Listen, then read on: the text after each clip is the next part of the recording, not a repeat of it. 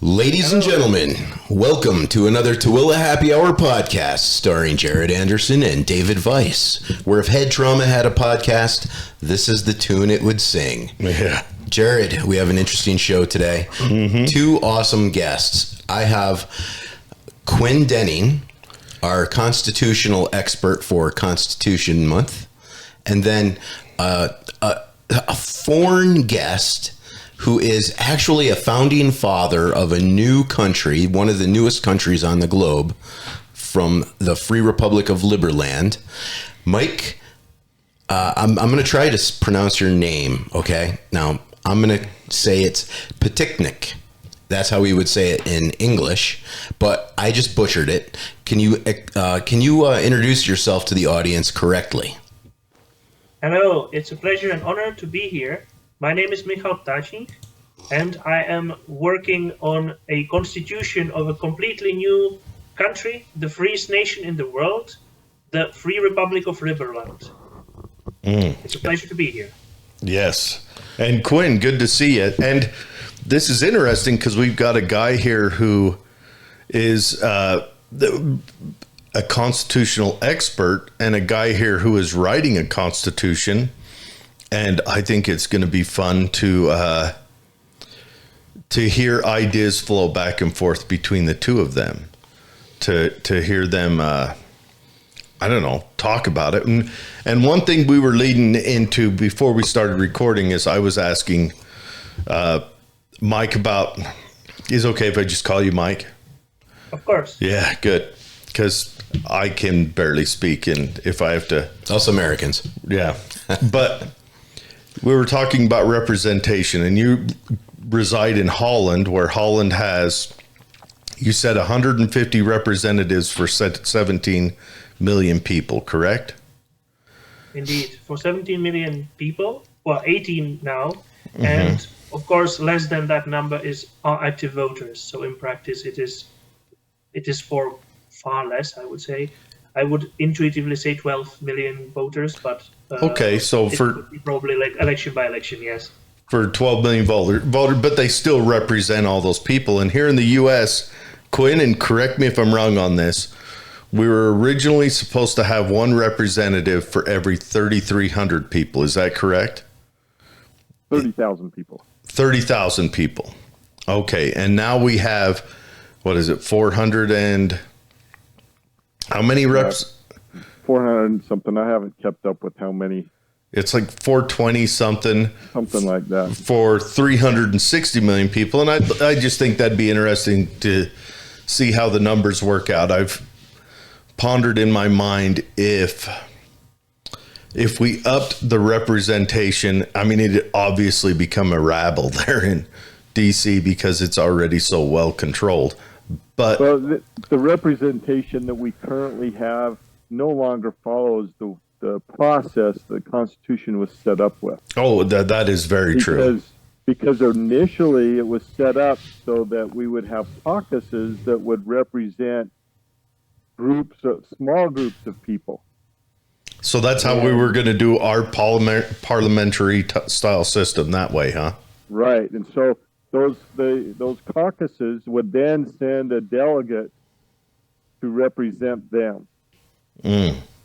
And that delegates were based on approximately the 3,300 people. They would have so many delegates for every person, depending on the size of the precinct.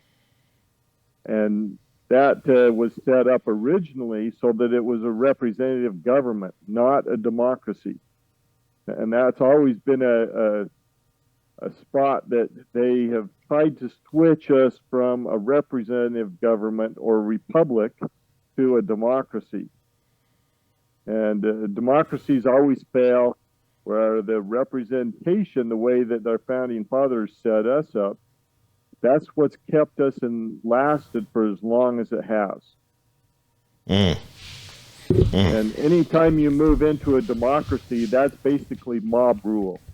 3 wolves, 2 sheep voting what's for lunch. Well, you know how that always turns out.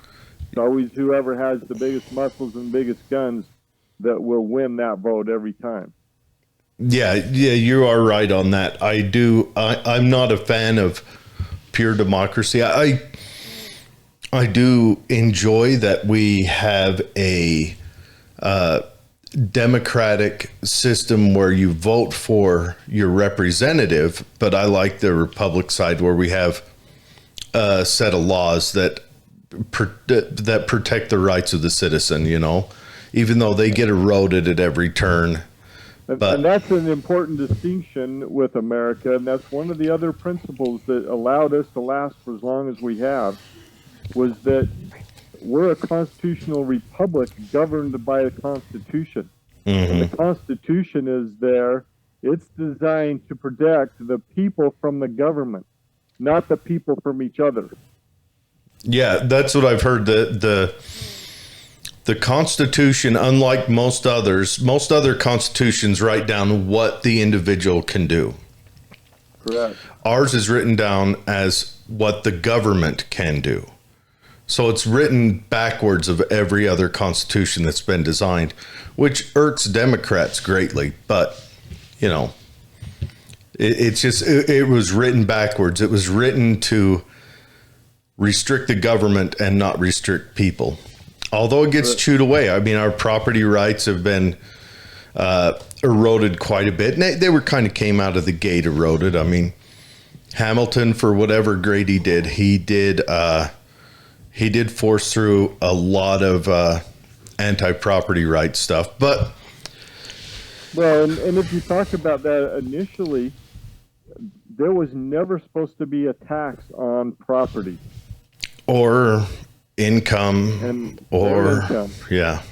Well, and they've switched it, and this is where it gets really interesting, because what's happened is they've used the language to accomplish a lot of different things that are very subversive. And where the Constitution doesn't come out and say specifically no taxation against income, it does say that wages can't be taxed, but it doesn't say income. So they've twisted things, and they've rewritten definitions, and for the benefit of those who are seeking power. Yeah,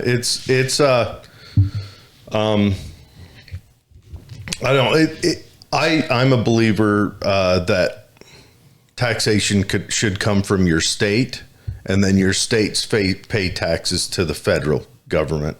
And we're such a large country, and that'd be ideally the way that we could do it. And that would also give states a voice in. I mean, I could go on a tirade for hours on things I would like to see happen. And he would.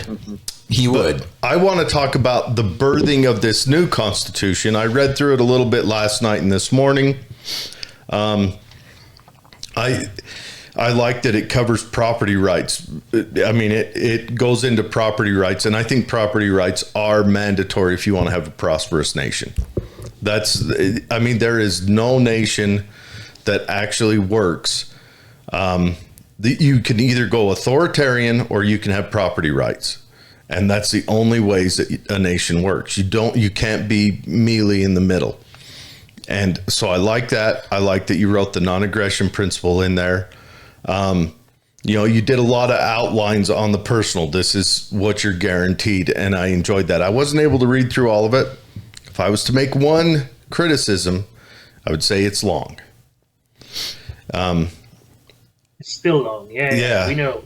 It was longer, but we are cutting through it. It was written over many years, and then I took it and I rewrote it, shortened it, and now we're shortening it in many iterations over many months and many consultations, and it will still go shorter. Good. There's still things to remove, I would say. And in Liberland's credit, the 107 articles that are in the Constitution of Liberland are still much fewer than our legal system. And I think it not much fewer than our Constitution when it was first born.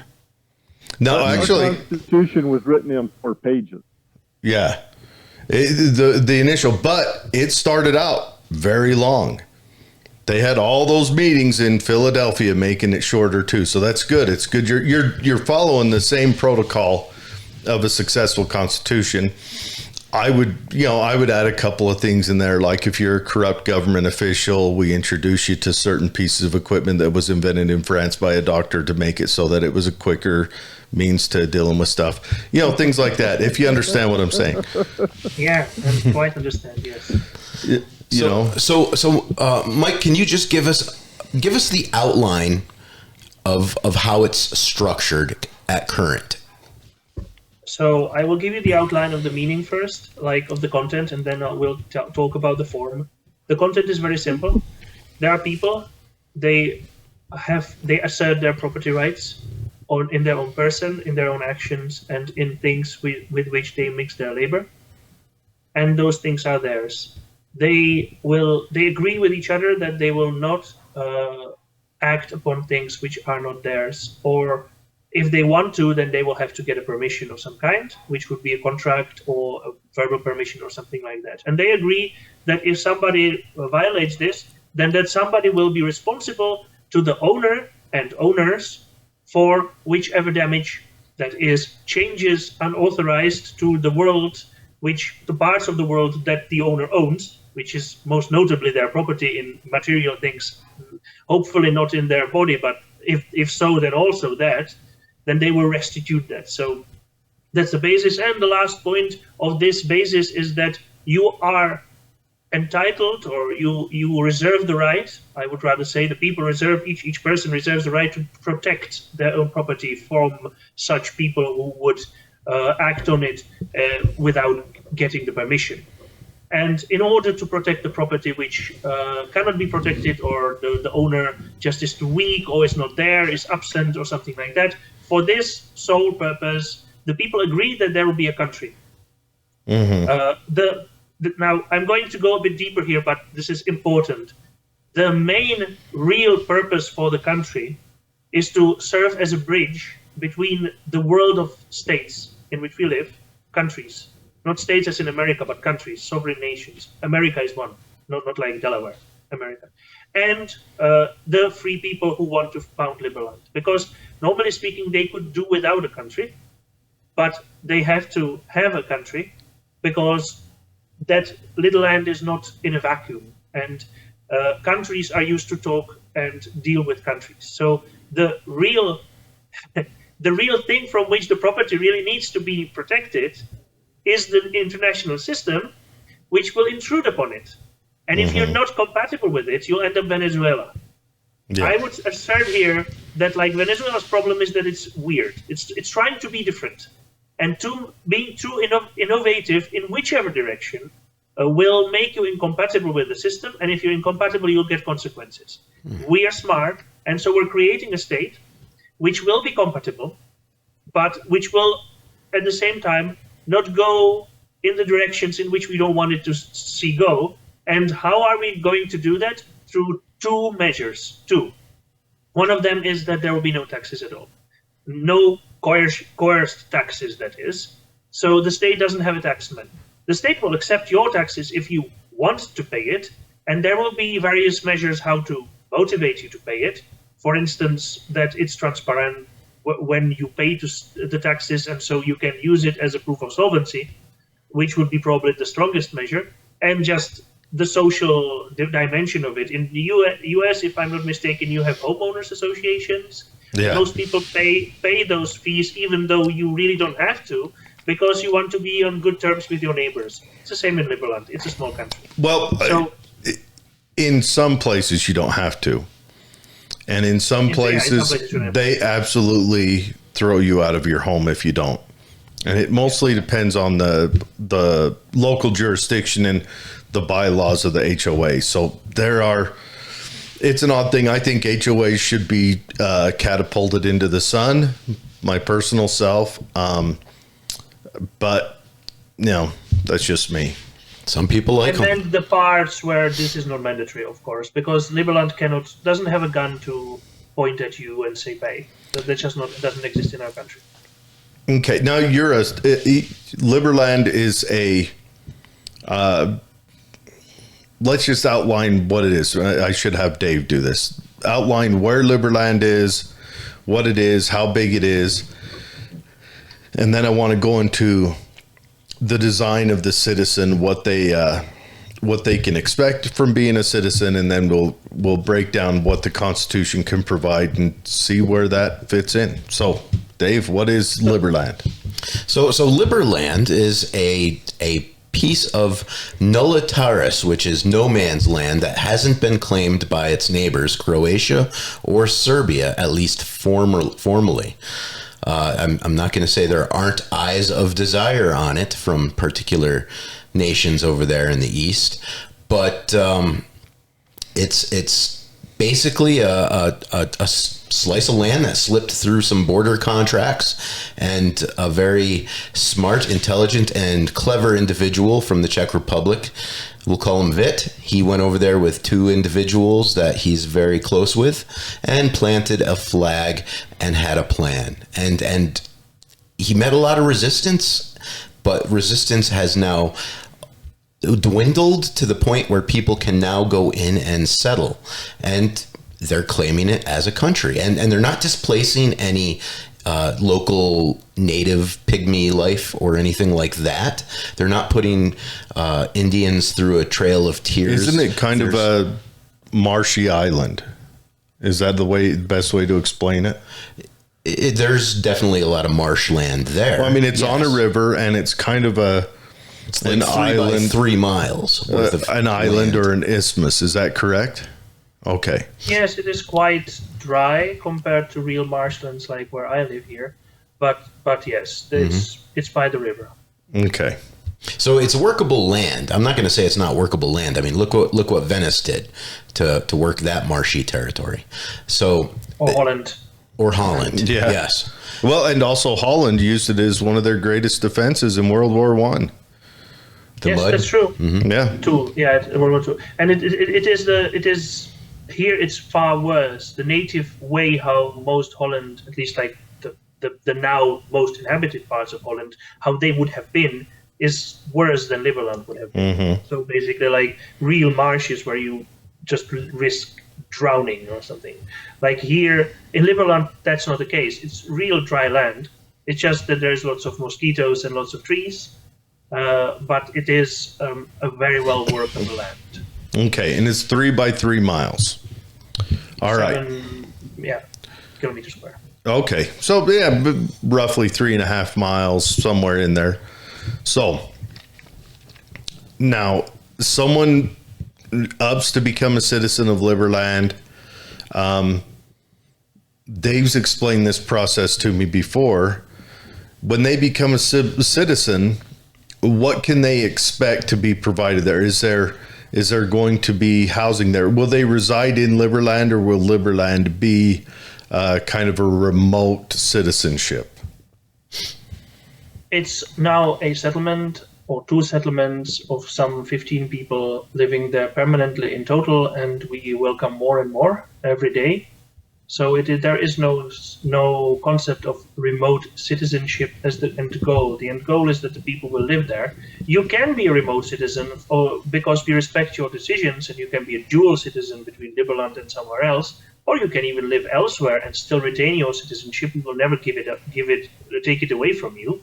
So in that sense, we do accept a diaspora situation where we have been for the last 8 years since the founding, because there were some issues getting the access to the land, and those issues have been mitigated, and now the settlement is in full swing. So people are living there. We are creating investment and construction projects and starting to realize them. People are welcome to come there. It is still a settlement. It's not a 3-star hotel yet. We're building one there, though. And if you want to create your own piece of little free land, you're very welcome to. And we will provide you. There is a temporary offer where people who come there and are really willing and are able to build something within those conditions, such as they are, they will get the land, title to the land for free, which will not be the case later. The land is managed owned by the state, because it's like any island nation like Singapore and Hong Kong. The land is at a premium, and we have to make sure, you know why this is? We have to make sure that people don't just take the land and keep it and do nothing with it. or that they would build something and let it like rot. That would damage the country a lot if it's a country of 7 kilometers square. It's not a problem in America, which is huge, but Liberland's tiny. But the title, which we call, is semi-ownership. It is the same in most aspects. You can sell it, rent it, mortgage it.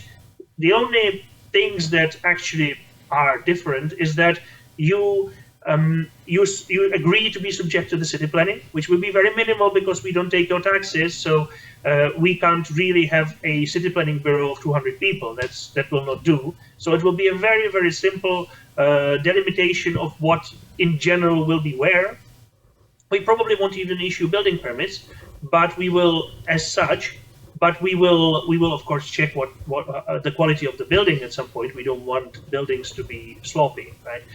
So this is how it works. And the second thing is that the citizens can, if they so desire, and now there is no such a desire, but in future there can be, they can issue a land fee, which people will pay as rent. But it's the citizens who issue it directly, because we are a republic, but the main legislative process, which also governs this land fee, is direct democracy, so like a referendum of all citizens. Therefore, it is not some representative for whom you vote once per 5 years, and then you just have to helplessly watch how they're betraying their promises. But it's you who have the direct vote, and it's not just one person, one vote. You can buy voting instruments and sacrifice them, so to say. I can talk about this later, but it's not a plutocracy. It's like the opposite. You buy the instruments, but you then sacrifice them. You vest them into the nation, and with those instruments only you can vote. So if you just buy them, it's no good. You have to sacrifice them. You have to prove your commitment, and so commitment gives power, not money, in Liberland. Let me ask you. This is how it works. Let me add, so it sounds like you're building a constitutional democracy. Yes, I would say so. Yeah, there is a much more democracy than in the current US, and we're trying to repair democracy. How are you going to restrict that democracy from, say, we'll use the simple Rothbardian quiz that in democracy, 50% of the people can vote to take away your bicycle? Mm-hmm. How do you stop the democracy from trampling your property rights? So if you remember the beginning of the constitutional outline, I was saying that there are two measures which protect people from this happening. And the one was that no taxes, no mandatory taxes, that is. We do have voluntary taxes, but we don't have mandatory taxes. That's why we don't call ourselves tax haven, but we could be seen as tax heaven. Mm-hmm. Well, anyways, if you don't have taxes, then the game changes. Like, it's a different sport, because most of the reasons why people hate the state has to do, at the end of the day, with the fact that it takes money, which it never deserved, which it never shown itself as capable of taking that money, of receiving that money voluntarily from the citizens, that somebody would give it the money. No, it just gunpoint. And so the state then does with it what it wants. And what it wants is usually enlarge the state and regulate the people and so on. If you remove that state, I wouldn't even call it a state. It's a completely different beast. Mm-hmm. It's a game changer. But that's just measure number one. Measure number two is that there is a commerce clause, like in the American Constitution, which in our case is currently drafted such that the legislator will not legislate in matters of commerce, except where the non-aggression principle is being breached, quite understandable, and except where international law forces it to. So you have internationally prohibited activities like piracy, mm-hmm. which you have to legislate. Now, we are in the middle of a discussion to enlarge it and how to enlarge it, and I have my own opinion, which I can tell you if people are really interested in that. But I believe that it will not be possible to remain so simple, but this is the core. Non-aggression principle and international relations, and this is like the cogent. It's called cogent. It's like mandatory internationally enforced prohibitions, and piracy is one of the genocide and war crimes, and that's all of those things. But how do you stop democracy from running away where 50% of the population can vote for an abuse. How do you stop? How do you restrict that? If you don't have taxes, and so the people can just say, okay, I will pay for that, and people can even like decide, I will. But pay the my problem taxes is you might have 50% of the people. Say there's 5 people on the island, and 3 of them say, I will pay for that. Okay, so they will pay for something like awful. Awful. They will pay for something. What is it about? Is it about like restricting people? You can't do that because you have the commerce clause. Well, no. I mean, let's. Like 90%. I'll build a dreamy story about it. Let's do it. You have 5 people. You have 5 people on the island. 3 of them, the 3 wealthiest people, made good business choices. I'm gonna live in a good life. You have a 4th person who isn't as wealthy but has a bicycle, because I like Rothbardianism, so I go with the bicycle. And then you have the 5th person who came there, was doing good, then had a business fall out, and now he's down on his luck. But he's friendly with those 3 super successful people. What's to stop those 3 super successful people voting to take the bicycle away from number 4 and give it to person 5 to improve his lot in life? How do you restrict that? Because that's the issue with pure democracy, is that always happens. That and an authoritarian always pops up every time in history. Just bam, bam, bam, bam, bam, bam.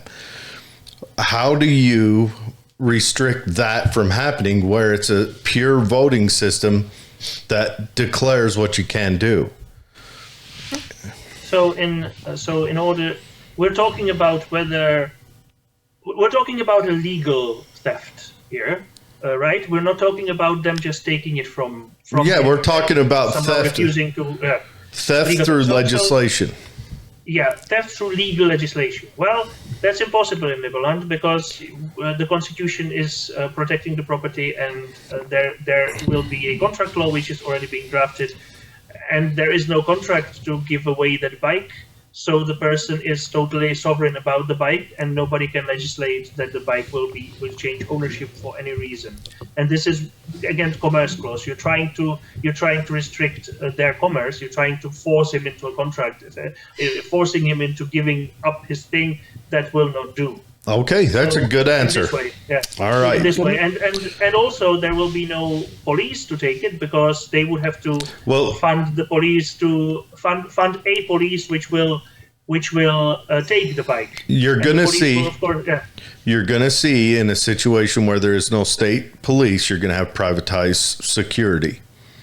Which is fine for us. Which is fine yes, with us. and I think private security is great, but there has been instances around the world where private securities have gone to war against each other. We can shoot only as far back as a couple years ago in Afghanistan. True. Syria. Very correct. So private securities can be hired to step on someone else's rights with violence. What I'm wondering is, how do you defend that in the Constitution?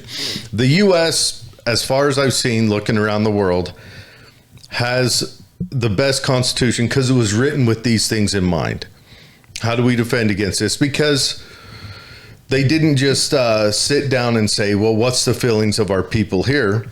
They said, they looked into history. Okay, what happened in Rome? Why? And they kind of built that and then argued it and built it and argued it and argued it. And they had radicals in there, and they had rather monarchists in there, and they all had input. So I'm just kind of testing your defenses on that. Well, Jared, in our current system, and correct me if I'm wrong here, Quinn, but we can take number 5's bicycle and give it to number 4 through some form of eminent domain according to our government, correct? Sure can. That's what Hamilton forced through. Hey, can I ask some basic questions? Please. Right, Mike, with your Constitution, where do the people's rights come from? Oh, the people's rights come from their own agreement with it. We do not say anything about nature or God or something like that. It's just that they recognize that they want property rights. So people who come there want property rights and want their property rights to be respected and want to respect.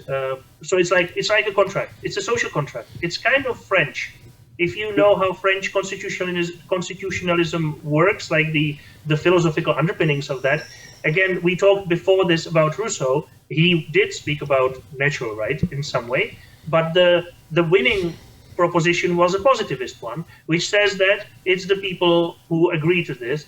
And in Liberland, this is for real, whereas in most countries it really isn't. So you really have to agree to the citizenship contract, and otherwise you're free to go. So it's a contract between the people. That's the origin of the rights. Okay, so rights come by contract. By mutual basic contract, which the Constitution is actually. Okay. That's really a contract between all the people. The reason why I think that it's important to understand where the rights come from, because that's how they can be taken away too. Of course, yes, they can. So if the people have a contract, and I haven't read your entire Constitution either. I haven't had time to, but what I have read, it sounds like if the government of Liberland decides to create a new law and they become very fancy in how they create it so it doesn't violate the Constitution, but yet it's worded very carefully so that it can destroy rights, they could do that. The government could do that. And that's why knowing where rights come from, that's very critical, because if it comes from a contract, then the government can destroy that contract. Well, the government could change it if it has sufficient majority, which is 75-75, 75 tokens, 75 headcounts, 75% token, 75% headcount. We vote with tokens, that's why token. Not every person is worth the same, but then if you have 75 headcounted majority plus 75 token majority, then you can change the non-essential provisions. And then if there is in a similar way called a constitutional convention, then you can change anything. But a constitutional convention will really require a big majority. I can read that if you're interested, but it's even more stringent, let's say, and there are more rounds to this. So it is possible, and it should be, because the world changes. And we cannot create a fixed statue of a constitution, a completely fixed one, within a changing world. We should create it rigid, and it is rigid. It is difficult to change, but it shouldn't be impossible to change, even the basic principles, because the human situation changes over the centuries. We've lived a very different human experience 300 years ago, 400 years ago, and we will likely live an even more different one 500 years from now, and so there has to be an element of flexibility. And as to the contract, we default to this because the people coming there are vastly different, and they are coming from different traditions, and some are very militant atheists and others are religious. So if we create, Well, can I jump in with a question, just real quick? If your ability to, if your wealth designs how much vote you have, right now it's thought of that Putin is the wealthiest man on earth. Is that correct? Probably not. But probably not. By but far. that's By far. That's one of the arguments. But let's pretend he is. Okay, let's just pretend that Putin is what he is. Let's say he is 75% wealthier than everyone else in Liberland combined. If your ability to, this is, I think, is a hole in your argument. If you make it so that how much money you have is your means to vote something, hold on, we're having audio issues here real quick. Is your means if that's your means to, oh boy, my audio's jumping around. If your ability to pay your way into voting is your means to overtake that voting, what's to stop someone who's wealthy, Jeff Bezos, whoever, from putting all their currency forward to vote and then pilfer the nation after and make it back plus some? Well, that it would be really bad if it was the way you are saying. So if you could buy your way into voting, but luckily you can't. Okay, so explain that. The way how it works is that you buy the instruments, but these are not usable. What you do is that you vest them into the country, which means that you basically lock them, and you are promising, well, it's a binding promise by the blockchain, so you cannot go back on it ever because it's coded into the system. You're promising that you will not sell it, except that you can take in total 10% per year and in 12 months installments. So you always like unpool ahead of 30 days, basically. So, and it's 1/12 of 1/10. So in other words, it's not a short-term investment. It's a sacrifice. It's a commitment. You really commit into the country. And the principle in Liberland is very simple. It's a right libertarian or a classical liberal idea. It was true neutral in the old days, but now it is seen as right libertarian for reasons that it's a liberal idea. Liberal is meant to be understood. Yeah, but it used to be neutral, right? But and so this is how we see it. And so in our world, you're not guilty of anything by being rich, and therefore, if you are rich, and therefore, if you proportionately more commit and sacrifice than the other guy, you're fine. Feel free. You're welcome. Have power, but we do have safeguards against it. Okay, so those are what I want to get into. You do have to be a citizen. How the merit is. I'm sorry. Putin is not a citizen of Liberland, so it would be impossible for him to vote. That's safeguard number one. The safeguard number one. Safeguard Can number he two buy is that his way into citizenship? He has to be accepted, and there is an application process.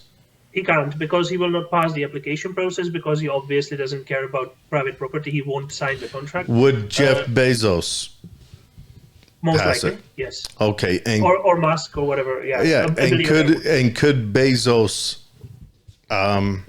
in some of his current ideas, be considered a little shady? Yeah, Bill Gates. I don't know about Bezos or even Gates. I don't know. I don't want to judge them. But let's say that they are. Let's say that there is a billionaire like Hellu or someone who's like a bit shady, and yes, he probably could sign the contract, but then he would encounter a difficulty because the merits are emitted like into the government. So merits are not all in place in the beginning of the country. That's the voting instruments are called merits. They are being emitted like Bitcoin in small installments. And so out of the 70 million, the vast majority of those is not in the game at all.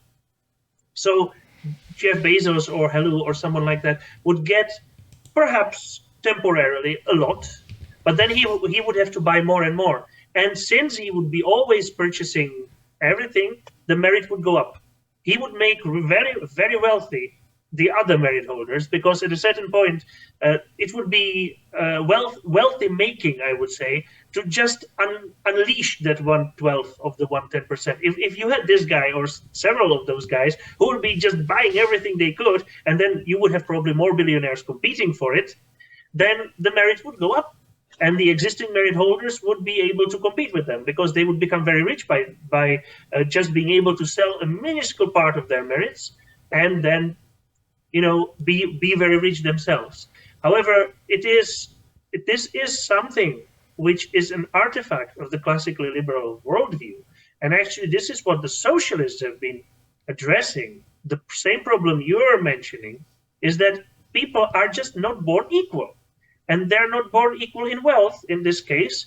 And so what do we do with it? Because once you run this game over a few generations, you get to a situation where the people on the bottom almost never can run together with the big boys on the top.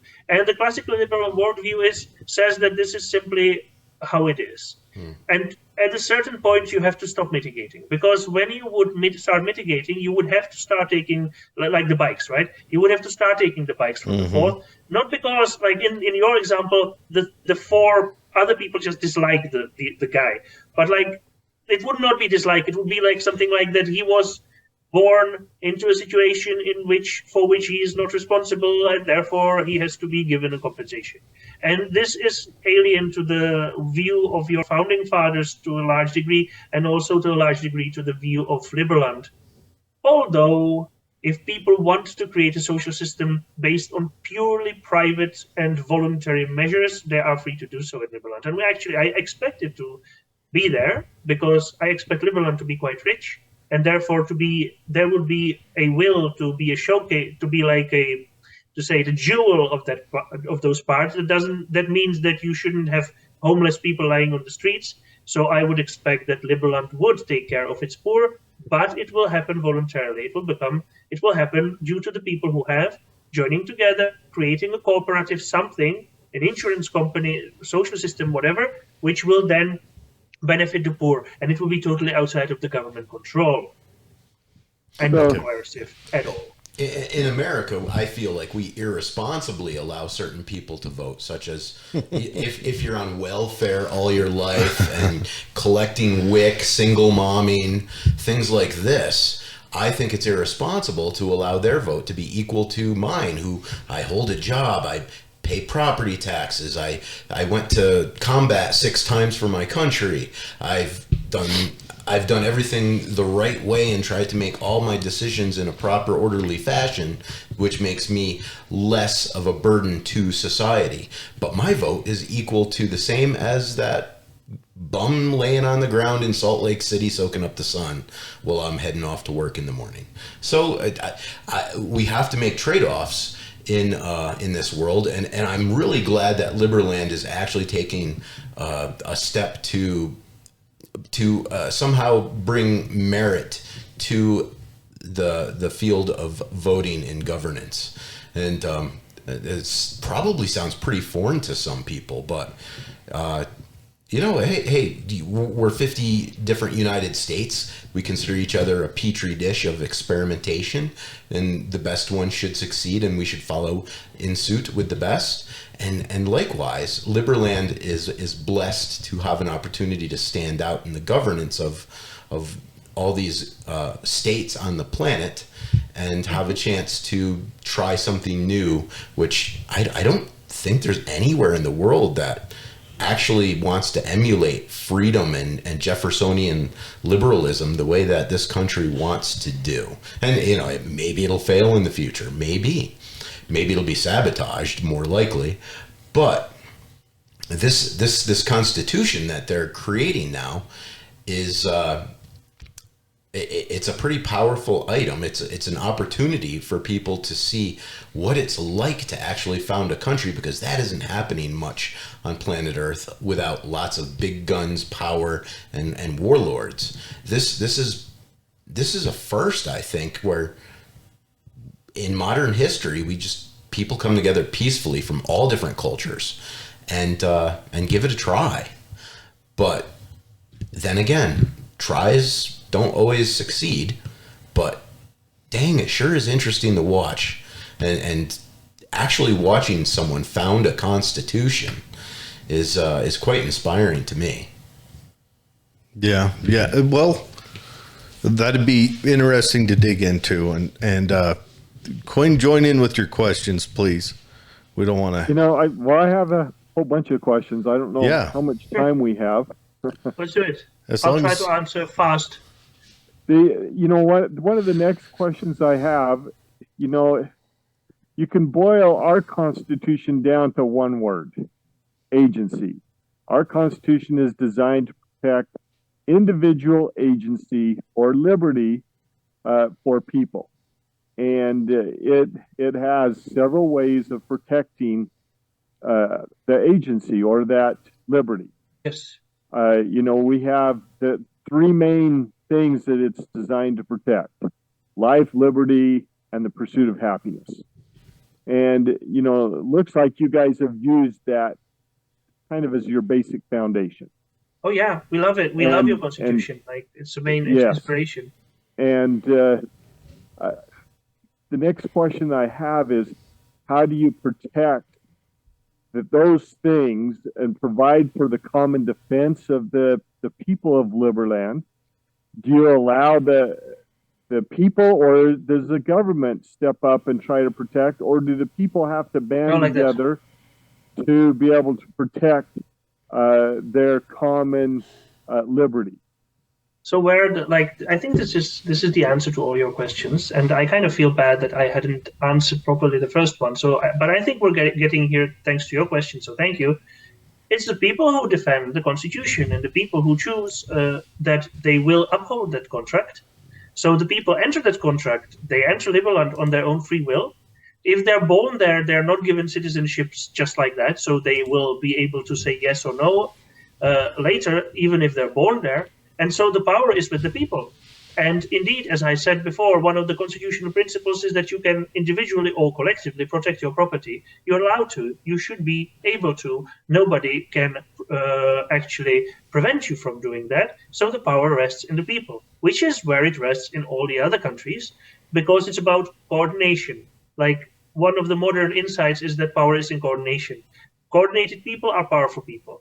And so the Constitution is an instrument of coordination between people, between the willing people who want to live in a action-based, in an autonomy-based system. You can't do it otherwise.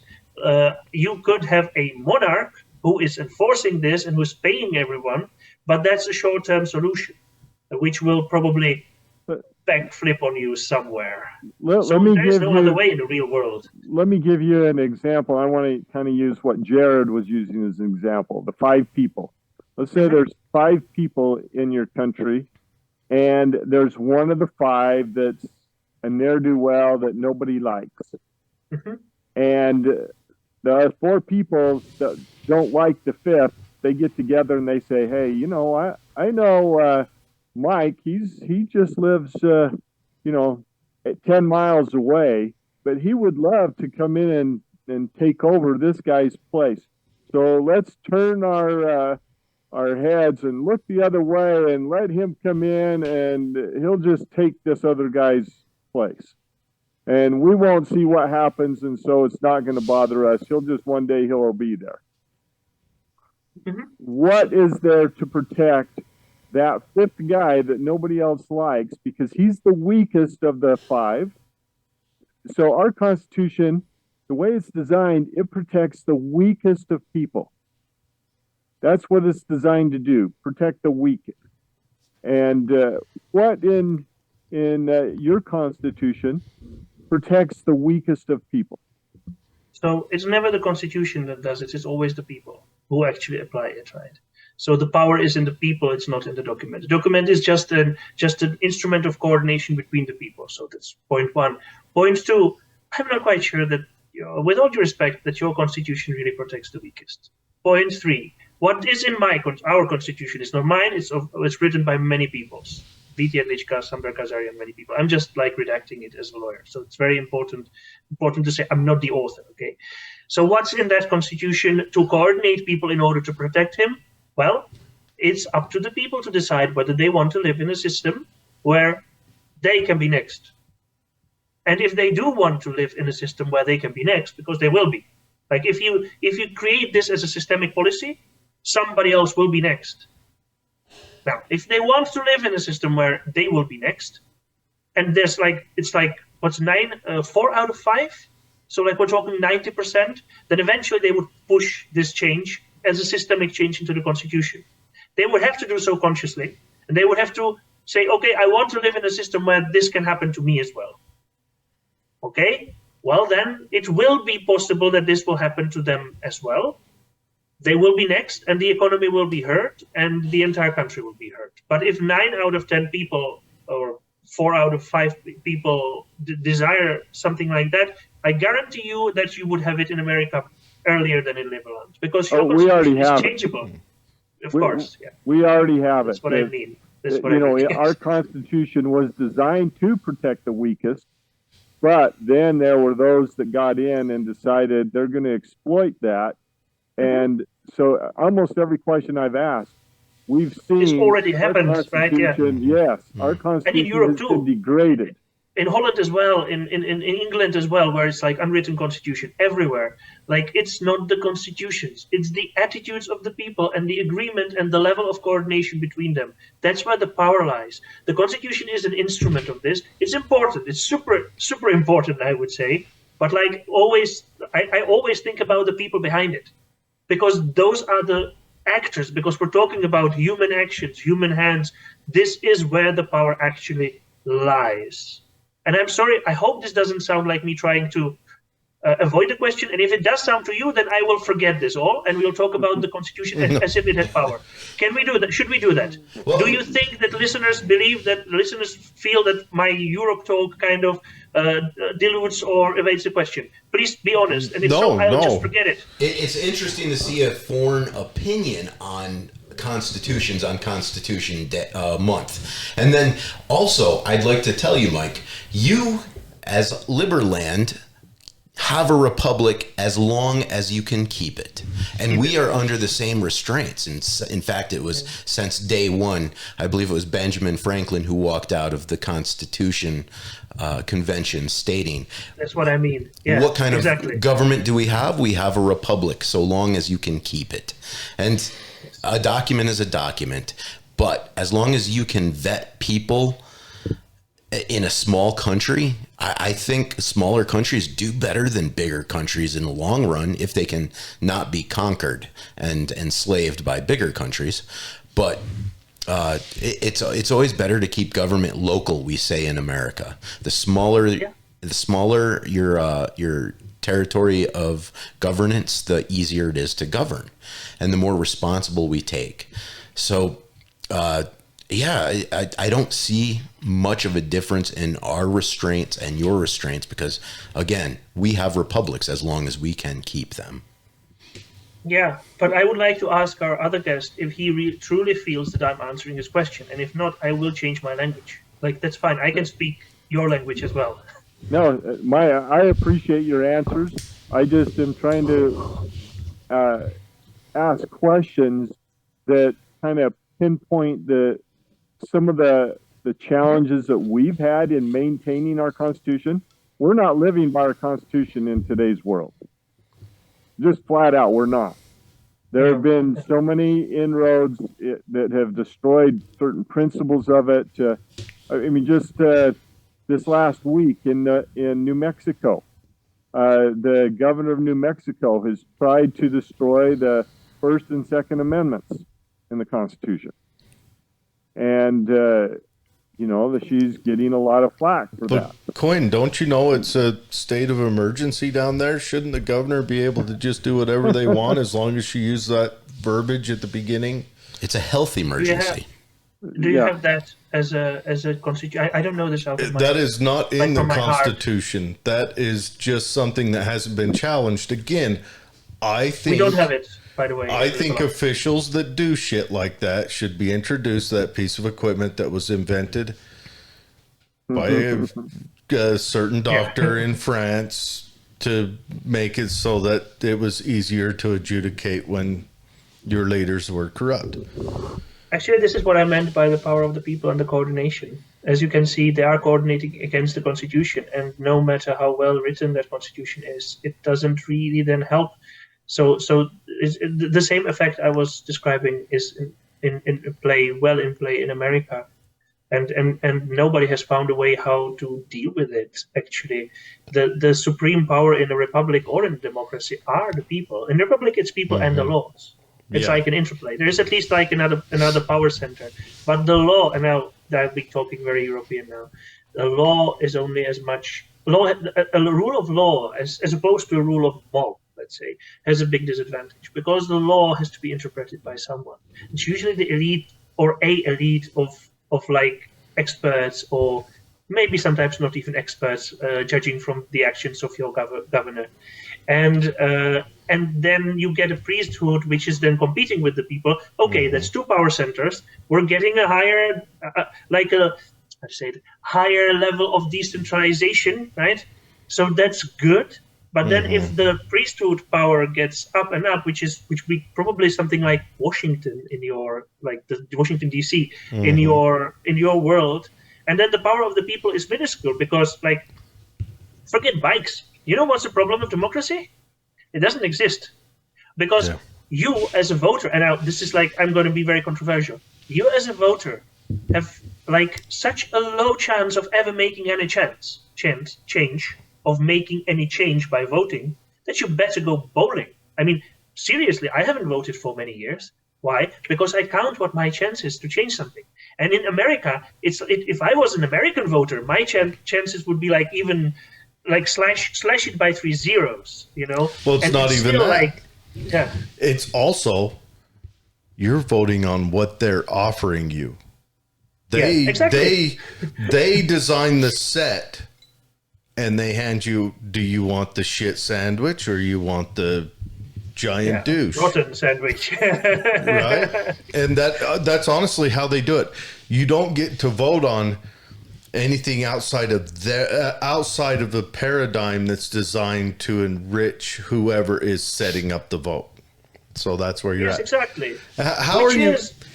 Here's a big question. How do you defeat the human desire to have a strong man in charge? That's an innate human desire. And that's why we have... And you shouldn't. But you shouldn't defeat it. It's a good desire. Yep. People like it. It protects them from fear. It is until, that human desire reigns forth. Reigns forth somebody, Attila the Hun. I'm sure everyone admired him. Or, Temujin. Or, dare I say, Godwin's law has to land here, Adolf Hitler, because he was elected into office. And so how you defeat that? How you defeat the negative parts is very simple. You try to remove causes of fear. It's the only way. Yep. These people are rational responses to rational fears.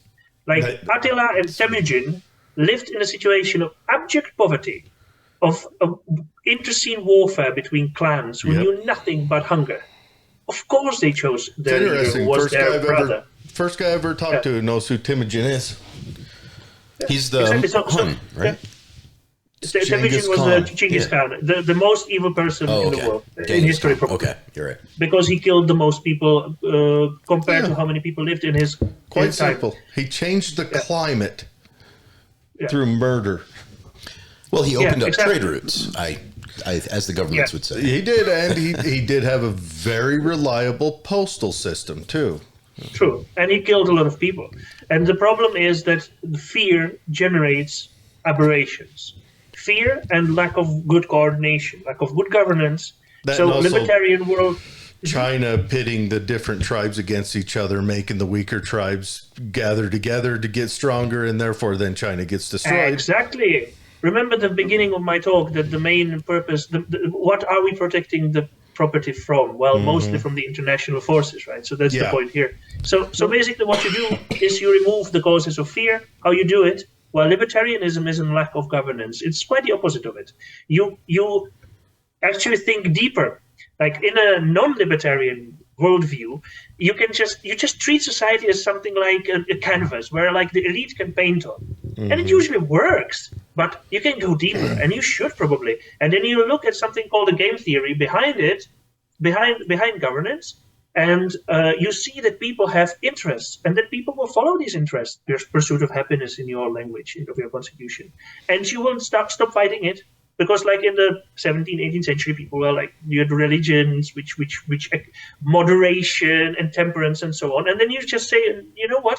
You can work with it instead of blocking it. And then based on those, you start seeing the people not as obstacles, but as elements on which the system can be built and should be built.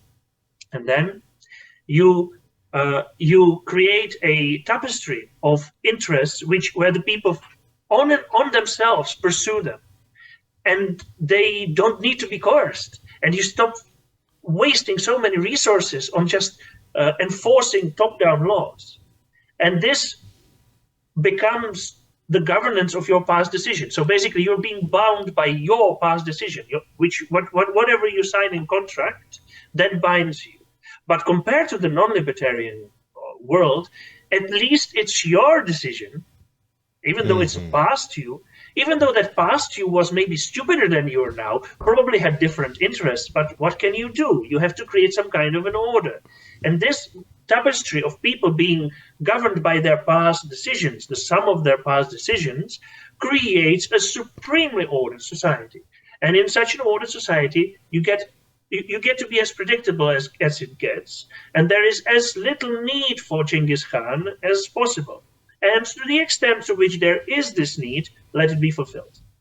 Because then there was a failure, and the people need to be protected because there is something to fear. And it is better to have a strongman leader than to have fear, to live in fear and die.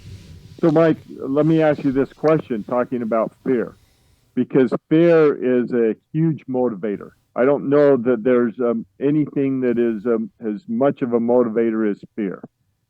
So, a strong leader can create fear and create enough fear that people will sacrifice their liberty for protection. And because of the fear that's generated. And we're seeing that in America. People have lost liberty. They've traded liberty for protection because of fear. What kind of protections do you have in your Constitution to keep people from trading liberty for protection or fear? Because it sounds like, just reading through the lines and listening to what you've said, it sounds like that if I came up with a contract and said, hey, I'll protect you from Godzilla here, but you've got to give me all of your liberty, and I'll take care of that. I understand what you mean. And people would be afraid of Godzilla, and so they'd be willing to sign my contract. Is there a protection in the Constitution, your Constitution, to keep that from happening? So basically, the first protection is the fact that you're quite sure that you're amongst like-minded individuals who respect property as you do. So that's actually the only real protection you can ever get. And then the rest is commentary. And the commentary would start with the judiciary. So you have the judiciary, which is the strongest power of the government. No questions about it. It's the most prestigious one. It's the first listed one. It has the power to change laws on your behalf. So the judge can remove an unconstitutional law. I don't mean the Supreme Court. I mean any judge, which is kind of a Dutch way. Actually, this is taken really? from Holland. It's taken from, well, there it's like superior courts, but in Liberland it's any courts because we won't have that many, and because we're a tiny country. Well, let me ask to go on to Holland real quick, because this is an interesting thought where you got higher ascending courts, and you will see arguments from both sides bouncing up the courts, like the ATF commonly will get knocked down in a district court, and then they'll try to go higher to the Supreme Court to get their stuff through, and back and forth. How does that work in Holland? How does... in Holland, you have a canton court in Holland or in Liberland. Let's go with Holland. Liberland is getting built, but this is an interesting chat because, yes, the courts are honestly the supreme governance. I mean, unless Andrew Jackson's your president, then they're not. But how does that work? And what will you take away from that to maybe focus on Liberland? Because I want to see Liberland succeed and grow. I imagine you'll have a large population in diaspora that maybe do their international dealings through Liberland and probably not through the nation they reside in, because Liberland, if it's got a fair market to work in, both sides will want to do their international tradings through there. So in Holland, this is like the Tweede Kamer is like the high court, which makes a constitutional review, and that's even before it becomes a law. Liberland is tiny. So in Liberland, we give this power to, we have the a priori review, which is by the Supreme Court. We have a Supreme Court like you do. Mm-hmm. We will have a Supreme Court as like you do. But Liberland, unlike Holland and unlike in America, Liberland, because it will have just a few courts, if maybe even one, the basic judge can say that a legal provision is unconstitutional. There are certain constitutional rules to do this. You have to be minimalistic. You can't just remove a law because of one provision. You have to be like really, if you can narrow it down to one word, narrow it down to one word. That's the system. And then you appeal, go one above, which will be necessary to have. We will have to have an appeal system. And then if the appeal court confirms the decision of the first judge that is unconstitutional, then it will go to the parliament, and the parliament will have some time to do something with it. The judge gives recommendation what to do with it, and then it will go. It bounces back. The change bounces back to the referendum and then to the Supreme Court. And so you have this prior review and post review. And the prior review becomes like the post review of the post review. Okay, so you have first the law comes into power. The Supreme Court can see it. Doesn't have to because it's too busy probably. But if it's like important, if it sees it as a problem, it can stop it then and there. Now it doesn't stop it. It should have stopped it.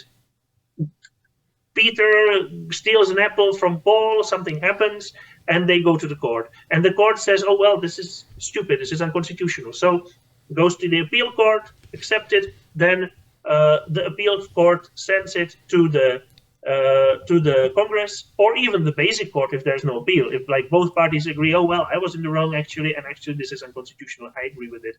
So then goes to the Congress, and the Congress will make the change. Should be as minimal as possible, so usually it will be like one word change or a sentence or maybe a paragraph out. And then it goes back to the Supreme Court, which will actually be able to say, did you do correct, Congress? Because the Congress doesn't answer to the judge. The Congress just gets it, and the Congress could ignore the judge. But then the Congress sends it to the people who know how this came to be. The people know everything. It's all transparent. So they will see that this was a constitutional review of the court, and that the judge said this was flat out unconstitutional, and that this gained legal effect. So the Congress is now neglecting the judge. They shouldn't do that. And then it goes also to the Supreme Court. Now, question, what prevents the people from ignoring it and then the Supreme Court from ignoring it? Nothing, but that's the same everywhere. And you cannot get around this, and this is the power of coordination. This is why I'm always hammering that down, because that's actually the answer to all these questions is, yeah, if the people want it, then they'll get it. And they probably should get it. If it's like 9 out of 10, come on. Like, if they want to screw up their nation, how are your Supreme Court judges selected? The Supreme Court judges will be selected by the Congress and appointed by the President. And how long is their term? And is Life there a way to get them out? If you get a Supreme Court judge in there that he gets bought off and he's making decisions that are unconstitutional, how do you get rid of him? So there is this public veto thing, which is a special referendum where it doesn't matter how many merits you have sacrificed, it's all head count. And that is there for two purposes. Purpose one is to remove laws and any other provisions, even like sub-legal provisions, which 50% plus one of all possible voters dislike. So it has to be all possible voters. It's not just a limited democracy of those who are active, but it's like everyone. And if you stay silent, you effectively say, I keep the law, right? So that's, and it's the same way. That's where your direct democracy comes in, is on redaction of bad policy, which is, no, I really like that. I like more skin in the game, giving you more voice in enactment. But if it's a bad one, it's direct democracy to remove it. I like that. Hey, Quinn, how do I get rid of Supreme Court judges in my country? We don't. Oh, okay. Yeah. That's one of the problems that initially it wasn't set up that way. There's no coffee. It's become that way. Yeah. I understand why they initially set it up so that Supreme Court justices are for life. They thought they would get them to have more investment into what they're doing and and which in a way it worked. They're not, I mean, look at our Senate and our Congress now. Even they get elected and they immediately put 70% of their effort to getting elected next time. Like right now, where Mitt Romney just announced he's not going to run. Mitt Romney will be the most productive senator in the United States for the next year and a half because he's not trying to run again. So he'll be able to actually sit down and earn that paycheck. Prior to that, he's putting X amount of his time towards maintaining that job. But I think there needs to be a way to remove him. Yeah, and there is in Liberland complete veto dismissal. Dismissal is something like ostrakismos in Greek. You know, ostrakismos, ostraka, like the little part, like you broke a pot and then wrote a name of somebody who didn't like, and they lost their job. So in the office job, like elected official job, well, in Liberland is the same. And people who are actually not ministers and not prime minister, but all the other officials who are not like directly elected by someone, by you or by the Congress, which is directly elected by you, you can get rid of them. So if 50% plus one of all possible voters don't like a Supreme Court judge, that Supreme Court judge is out. And it's also the case for any other judge, for the president, a vice president, and even a senator, where they would have to designate a replacement for themselves. They don't lose, like the family doesn't lose, because it's like House of Lords. Senatorships are inheritable. So this is like a special institute. We can talk about that. That's like our second chamber. Don't worry, they don't legislate anything, but they can stop stuff. It's like the public veto, but it's a special chamber of people who have the most merit, and those can stop stuff, veto measures, veto referenda, and that sort of stuff. They can be overturned always. They don't have absolute power. They have much less power than the Congress, but they're there and they're important. So they're kind of that guy you can get rid of. They're kind of your upper house, like in England, or in the United States. They would be comparable with our the Senate versus the House. Well. But with the family thing, with our electoral college, because so it'd be comparable to that, where they can stop things. They really don't have force to move motion forward. They have more force to either jump on a bandwagon or eliminate it. Okay. Yeah, basically their main power is to like look at the budgets and then make changes there. Like, oh look, you're spending too much. And how they do it is that they block the spending. So they're basically like this type of ultimate guideline against some waste of money. And then if the people would enact something stupid, like let's say the bike stealing, right? Like there would be a law created to steal the bikes, and people are chill with this, and they say, well, it's fine because we recognize that the world is not just. Like, it's not. This is not the Liberland ethos. I'm just like, this is a parody. Okay, from now on, let's say that the people say that like we recognize that the world is not just, and that we need to be compensated for our differences of birth, of ability, and so on. And so we will steal the bike from 4 in order to give it to 5, and then once everything passes, then the Senate goes to look at it and says no, and it doesn't pass. And it would be overturnable in certain ways, like you post again and so on. But this is an additional hurdle, an additional complication. And at the end of the day, a systemic document like or a founding document like a constitution can only like give hurdles. It cannot block it forever. The power of the people will have its way.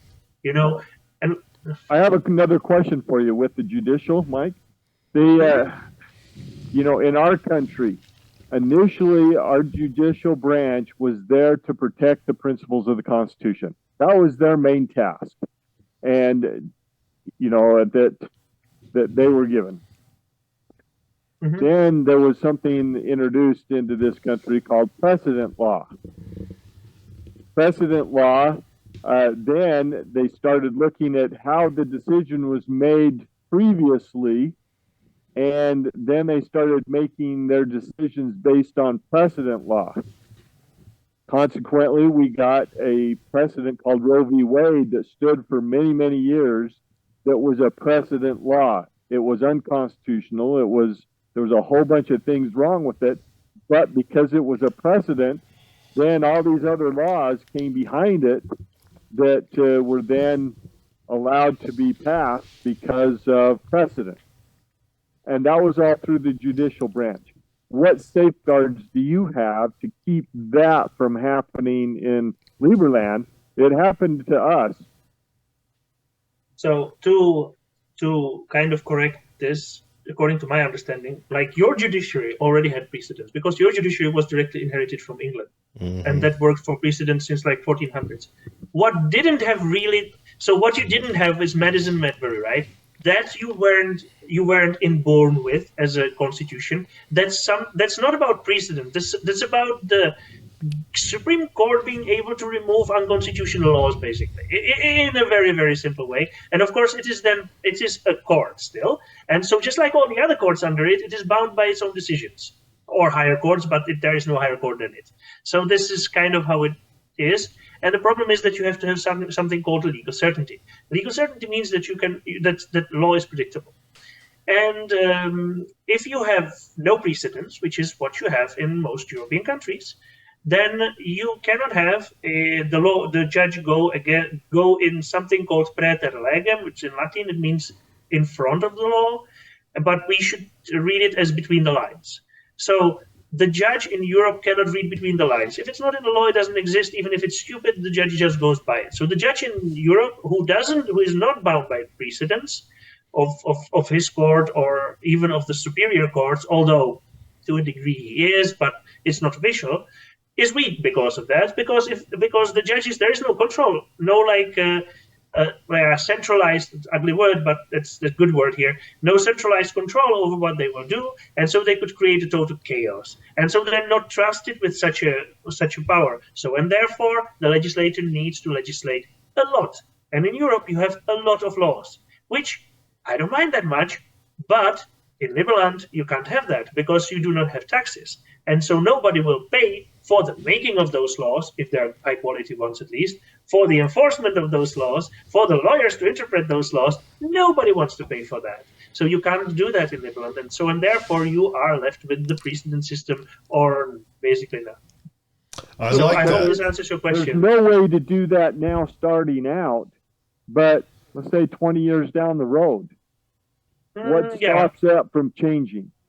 Well, there is nothing constitutional saying to the legislator that it shouldn't behave as a European Romanist legislator, and then we actually do have codexes.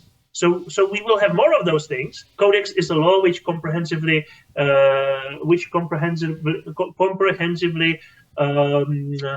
declares the law in a certain subject matter. So there is a civil code, for example, that's a codex, criminal code, that's everything is in one. We already have that in Liberland, but they are short and it's not, and they're written with the explicit idea that the judge will read between the lines and will create the cases for the actual real life situations so that the legislation doesn't have to do it. But if in the future, and this is actually quite a realistic model, I might say, because all the other countries are Romanist, are European civil law countries. So if in the future the people in Liberland would like to be more like that, they can. And then they will just have to change the constitutional part, which is 75-75, and they do it. This is the softer part of the constitution, because it's about the government powers. They're not so important as your rights.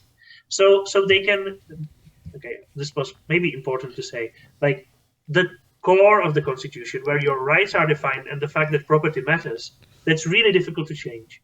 But how the legislature works, or the judiciary even, is less important. And so that's more changeable. It's still quite difficult. It's more difficult than in any other European country I know, for example, but it's possible. So they will change it, and then voila, the judge will not be bound by his own precedents, or by precedents of the higher court. They'll probably keep the Supreme Court as the source of precedents, because this is how it works also in our countries, so why not? And then you have to create a Roman law type of complicated and complex legislature, because the judge now becomes powerless. You can do that. There's nothing preventing the people from doing that. And then you get rid of precedent power, and you're more like Europe. You're more like France. You're more like Holland. You're more like Germany. Does this answer your question? Yes. Yeah. I appreciate all your answers so far. Yeah. Another question off of that topic. Governments are mainly instituted to protect the rights of people from outside forces.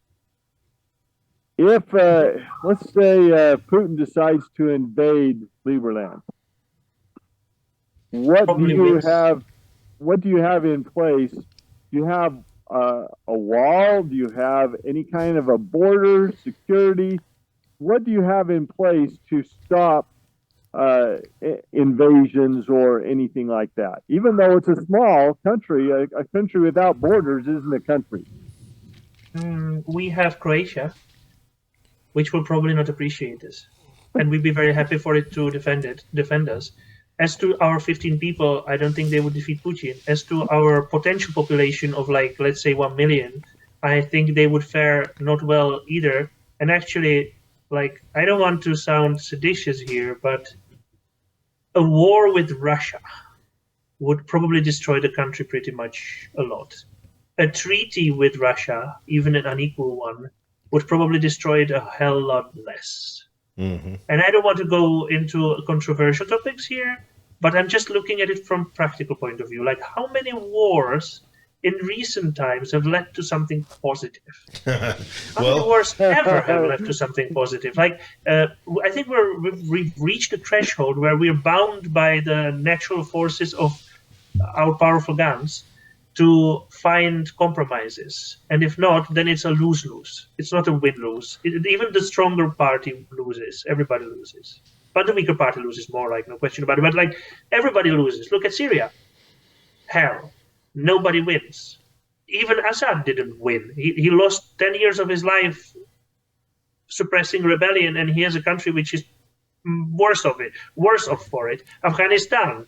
Yeah, they won. Great. Congratulations. Now you can go back to your previous state, which is not good, and so on and so forth. So a just war is a thing of the past, or I would say rather a thing of myth. I'm quite pessimistic about this. 100%. Michael, the main point that you're being able to present as a defense to many of these questions that are trying to poke holes into the Constitution or find loopholes is reverting back to the quality of the people in the Republic. Now, that is your foundation for having this peaceful society, this libertarian view of how we can coexist with freedoms amongst each other. Is there in the Constitution a methodology for filtering who can and cannot be part of the club? Yeah. So in the law is methodology on who cannot be a part of the club. That's the citizenship law. You have to have respect for property. You have to pass through the onboarding process, which will be then quite flexibly set out in a regulation. But regulations are under the public scrutiny as well. You can even have a referendum for a regulation. So like, this is kind of smart because, and this is based on actually private experiences where rule by regulation in certain countries like Czechia during COVID was horrible, and regulations were stronger than laws because they're not done by the parliament, so the government can do them itself. Liberland doesn't. No. So it doesn't happen that way in Liberland. So what you do is that you have to pass through the Citizenship Commission, and the Citizenship Commission has its rules, which are transparently set out ahead based on real needs of the state of the moment. This is flexible, but the basis is in the Constitution. So they have to agree with the Constitution. That is not flexible.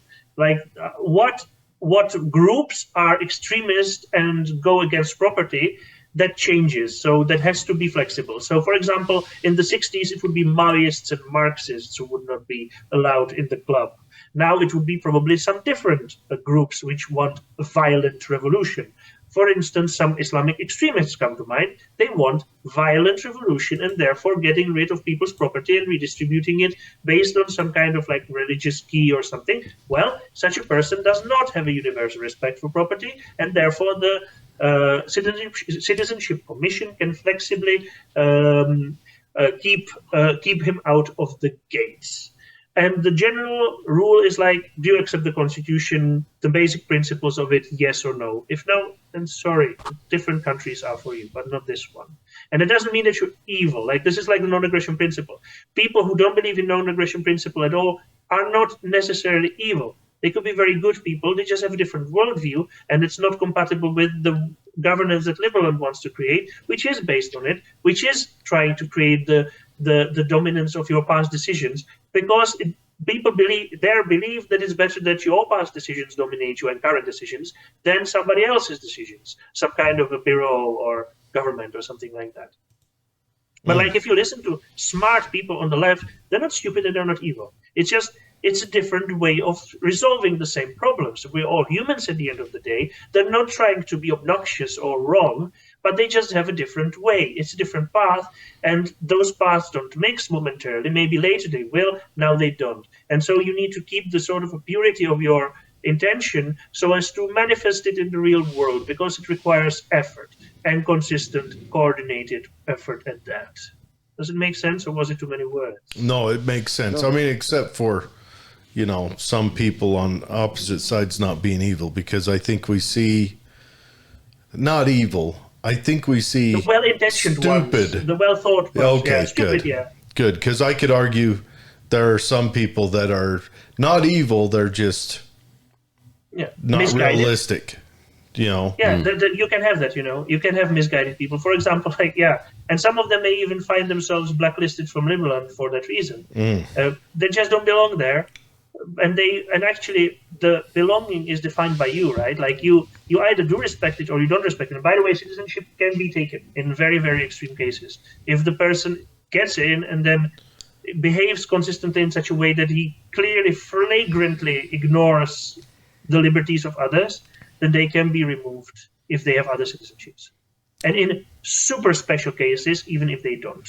Well, and that's like a special, I like one thing you mentioned, and this is something that kind of occurred to me while you're talking about it, that the tokens are, one, a means to pay for legislation. So if there's a movement, then the tokens pay for the government officials to get together and outline it. And it also is a means to drive the nation into a direction that the populace wants to go. So I can see, obviously, I brought up earlier, I can see a circumstance where it could be abused by a ultra rich man, but then again, he would have to live with the consequences of what he drives it to. But I can also see where it could be used as a means to criminalize something or to decriminalize something. Where, like, right now in the United States, you see these polls, 70% of the population wants marijuana decriminalized. And that poll come out 10, 15 years ago. That makes sense. And it just now got federally kind of decriminalized, And so this would be an avenue that you could drive that. And it's not the whims of whether it's profitable for that political party to hold it hostage and have it hanging over the head every 2 to 4 years so they can reuse it, or as an argument, like the abortion argument, I think is used soundly by the Republicans and the Democrats as a way to drum up votes. Regardless of what the feelings are, they both argue their sides of it, and then when they're in power, do nothing about their sides of it, because it is the well of life. It is what keeps their voters coming to the ballot boxes every 2 to 4 years, and that's why they do nothing about it. Yeah, I understand. Well, again, like my European mind says to this that they can't do anything about it. Yeah. Because if elections could change something, they would have abolished them a long time ago, right? But okay, I get you there. So, Michael, I have a couple other questions for you. In our Constitution, there are specific powers that are given to the federal government. If it's not specified in the Constitution, the federal government doesn't have the right to those powers. Our government has taken rights that are not specified in the Constitution, and they've just exercised those rights anyway. In your Constitution, there's in Article 15, Section 1, it says that the government shall only perform actions to which it is empowered directly or indirectly by this Constitution. What is an indirect power that the government has, so I can understand that? Because it sounds to me like it's giving them a kind of an open-ended power. So the indirect is that a law which is constitutional allows it. This is quite a convergent question. So by indirect, and maybe we will change this and say by the Constitution or this law directly, because that's the same thing as the meaning of this. It's like Constitution or a law which is constitutional. Nothing else, nothing more. And it also has to be with respect to the executive, like the legislative power doesn't have enumerated powers, and I can talk to you why. But the executive does, and it has very, very strictly reduced enumerated powers, and for ministries, and that's it. It can't do anything else. And all the laws, the constitutional laws, the laws which are the indirect empowerment, all they can do is to tell you how to actually govern in those areas. That's all they can do. They can't do anything beyond those areas. And why the Congress has to be able to do everything is that the Congress is also legislative power, because that's mostly the referendum. And it is there to fill in the gaps.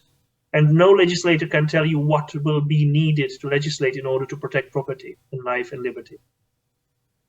So the Congress has a universal power, but it is starkly limited by the fact that enforcement can only happen in those areas which are enumerated in the executive part, which is super short. I don't know if you noticed. And that's by design. We're trying to trim it and short it to the max.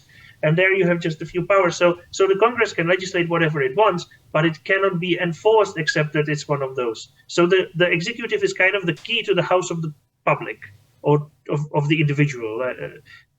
And you have to open that house by one of those keys, and otherwise the law is just a proclamation, and that would make it unconstitutional because it's a waste of money.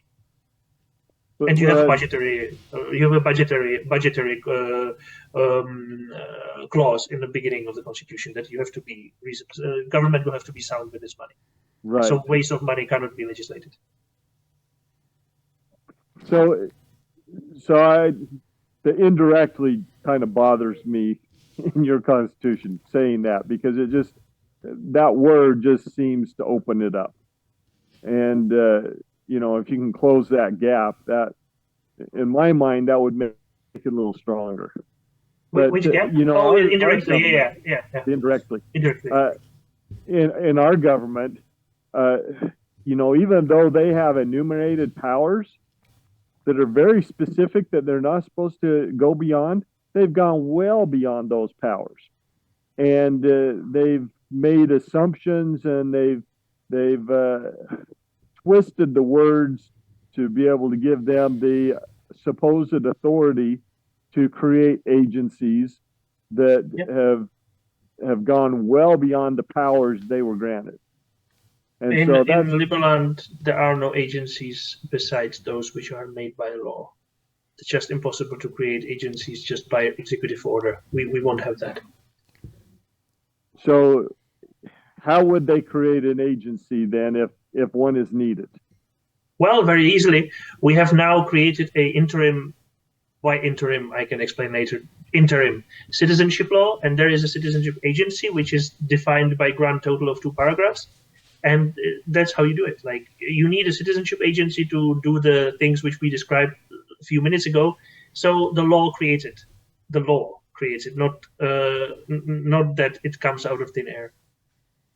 It's a law, and therefore it gets a budget, because nothing that's not based on the law will get a budget. So yeah.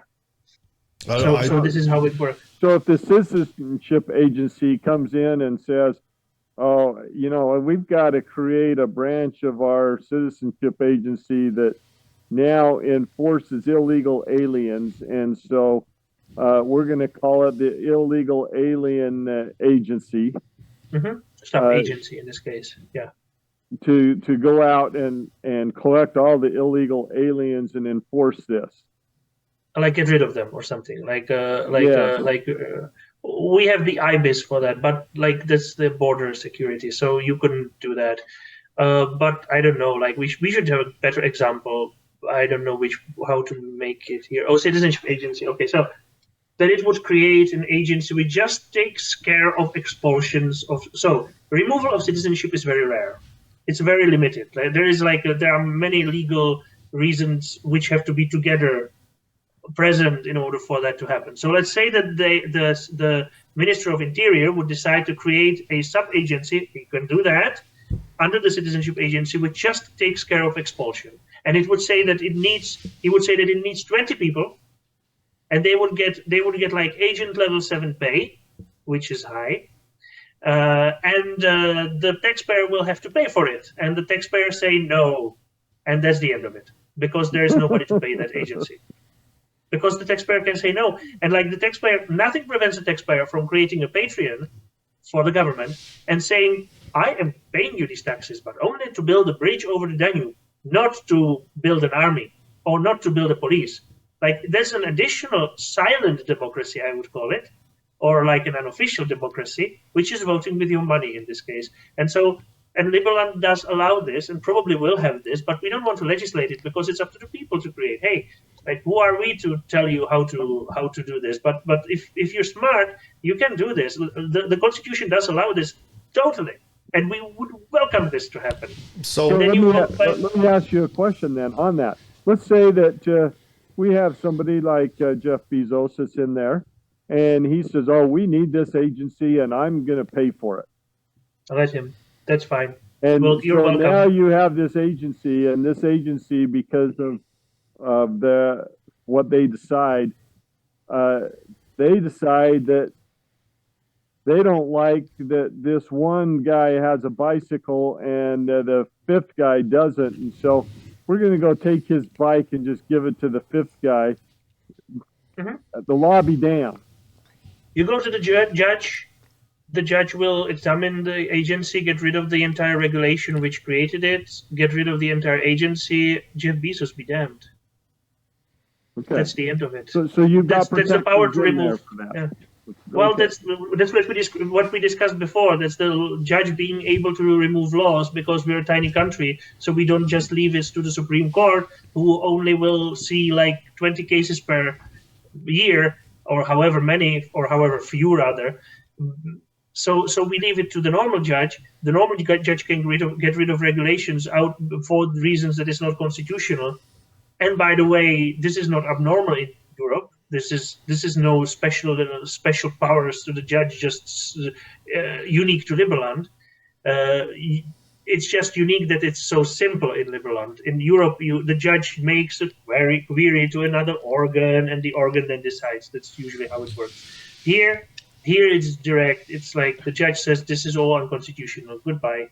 So if I'm Jeff Bezos and I really want this agency, and I go to the judge and I say, "Hey, judge, I'll slide $1 million to you if you just ignore this and don't vote to get rid of it." What's to stop that from happening?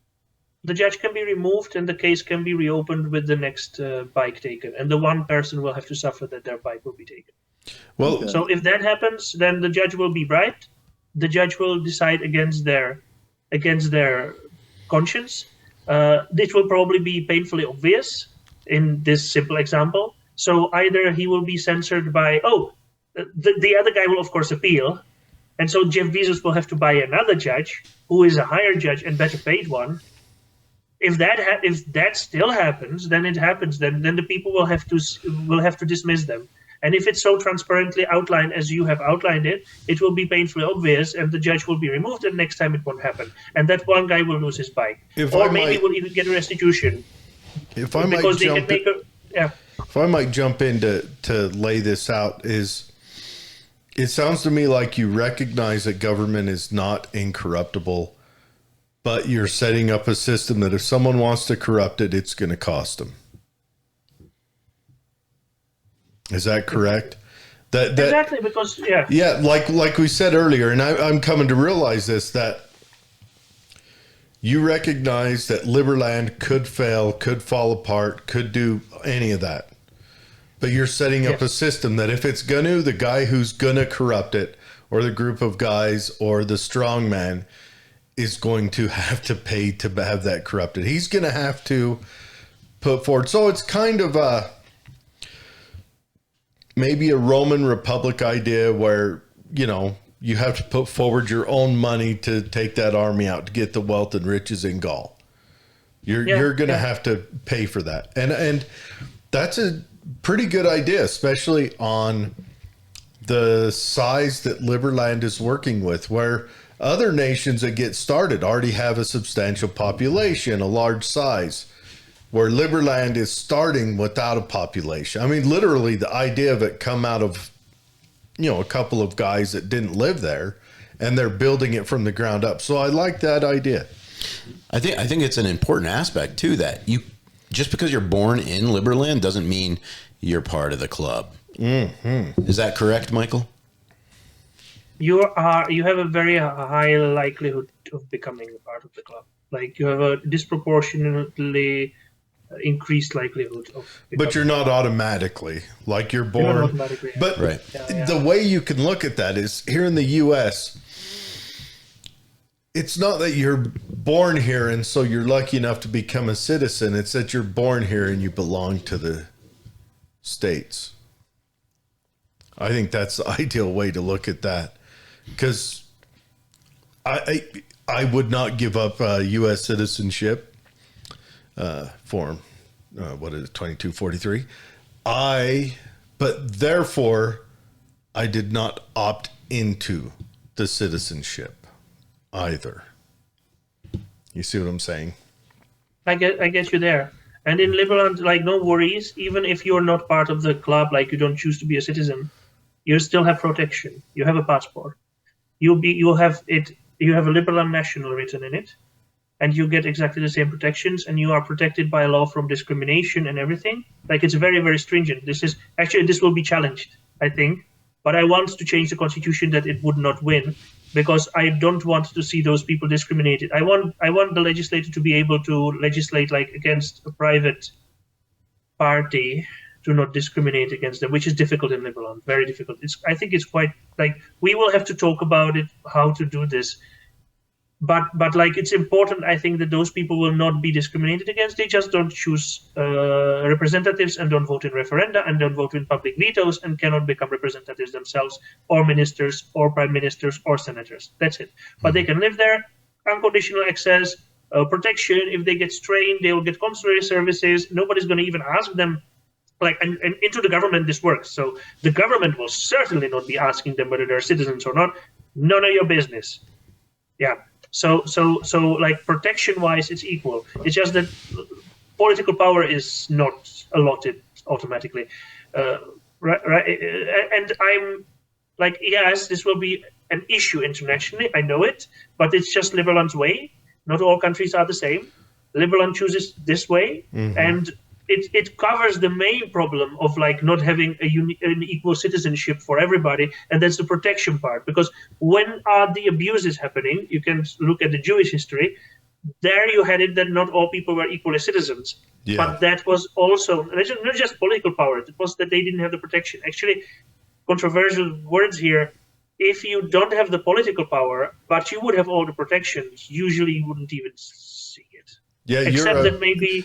Yeah, you've got a Heinlein republicanism idea going on. Yeah. I often wonder how many American citizens would forfeit their ability to practice government and voting and running if they could exchange that for some responsibilities in taxation. Yeah, yeah.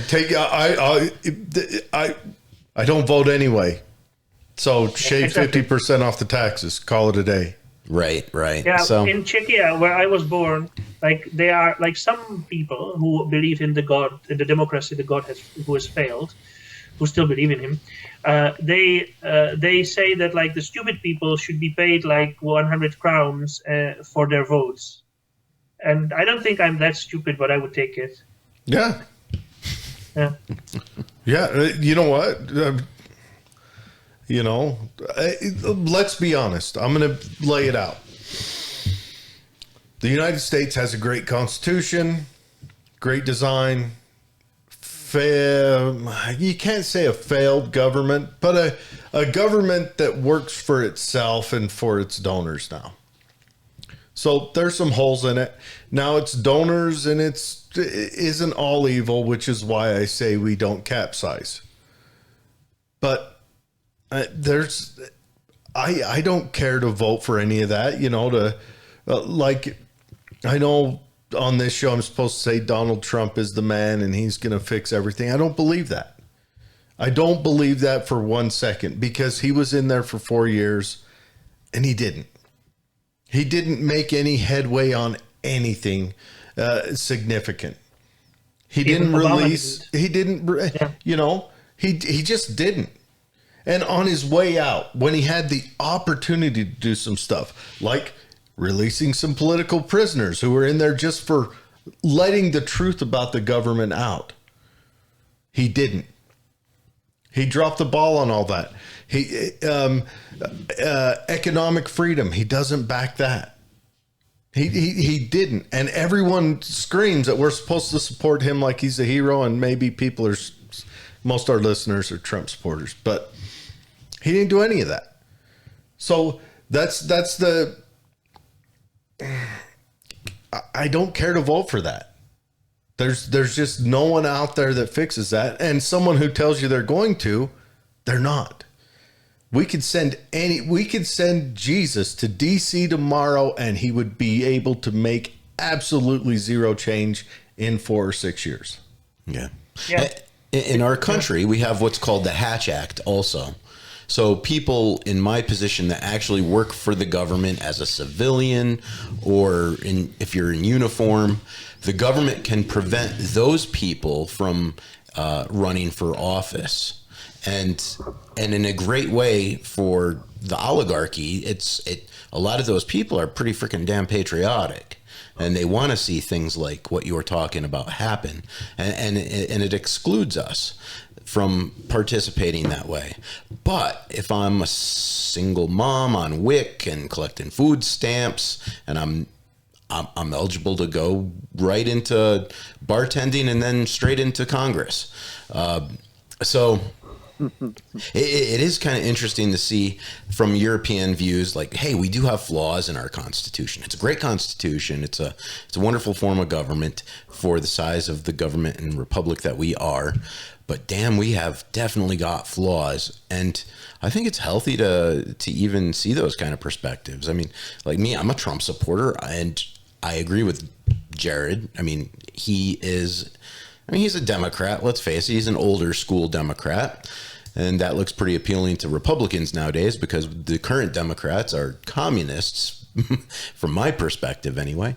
So these fresh ideas that Liberland's presenting, I mean, it's got to sound like alien technology to most Americans that have socially evolved in the petri dish that we have always been cultivated in here. And there's a great Constitution online on GitHub that Michael will provide us a link for. We'll post that in the show notes.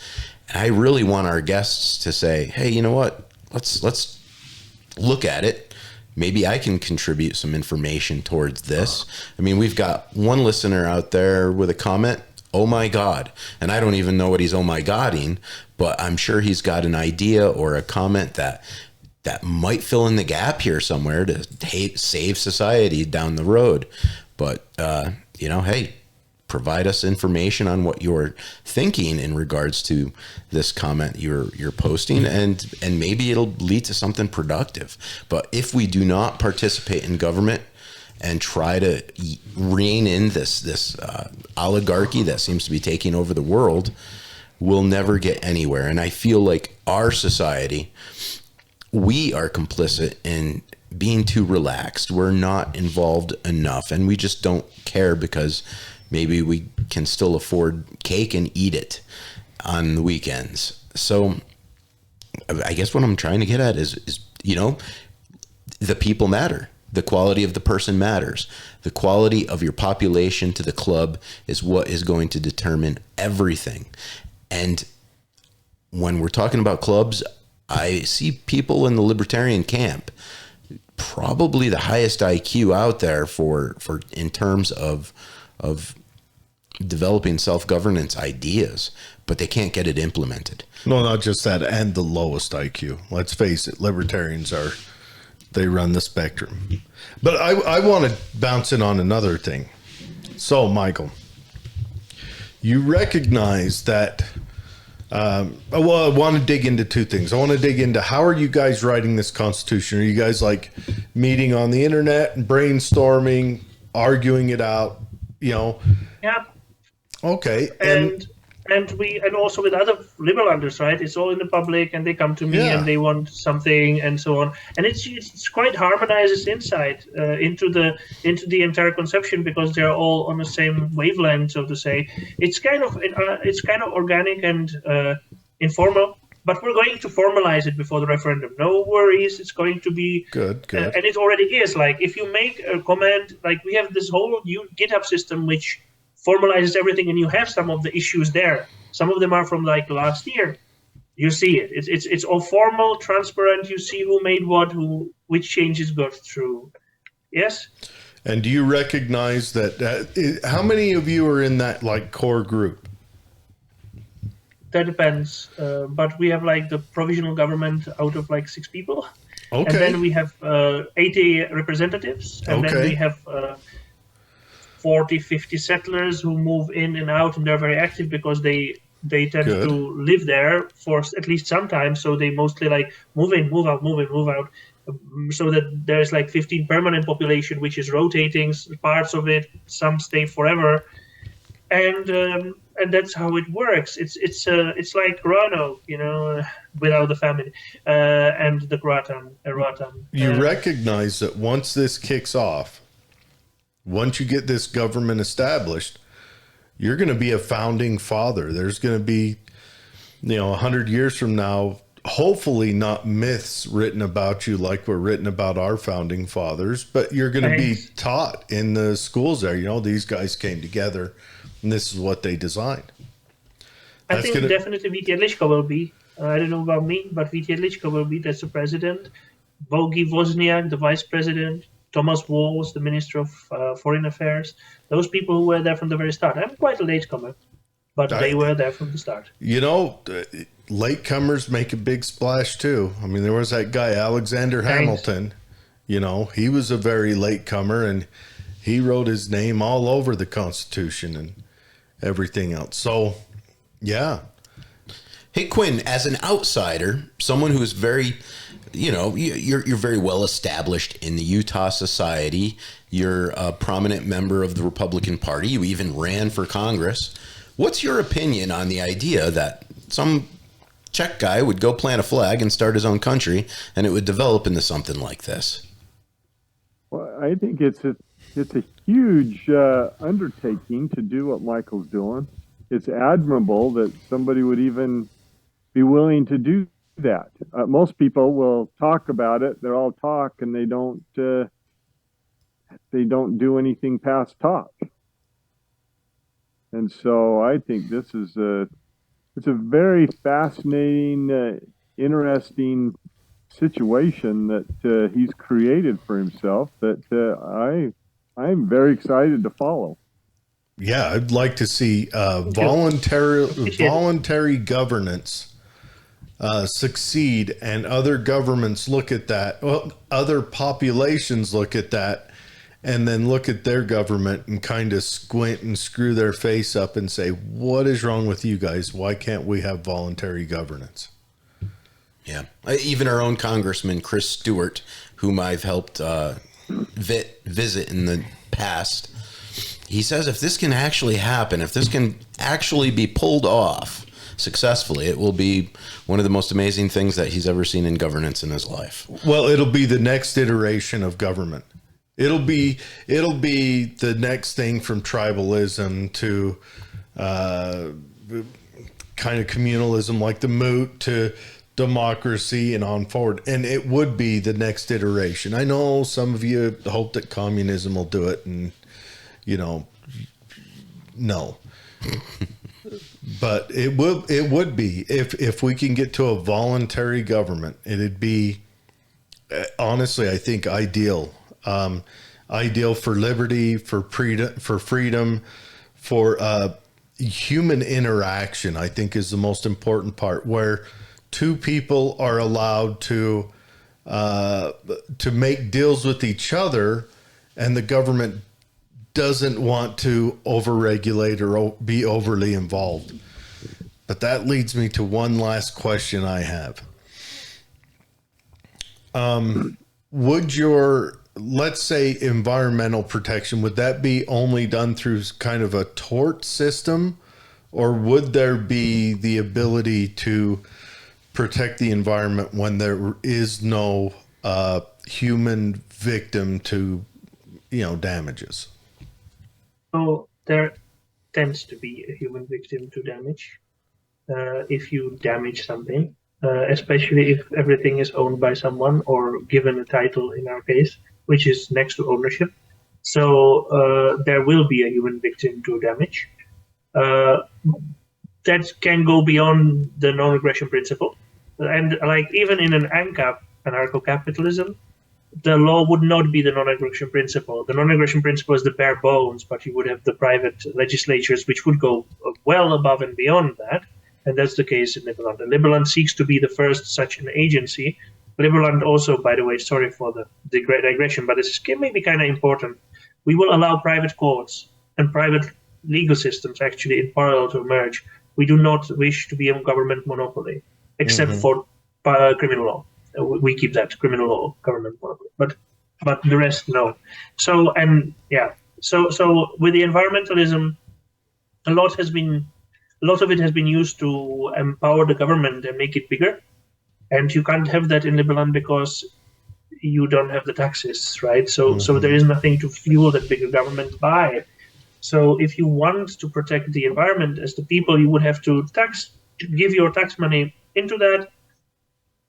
And once you do that, then you can either try to say that it breaks the NAP somewhere, or the international environmental law will be so sophisticated that we will have binding customs about carbon or something, which probably will happen. I mean, one day.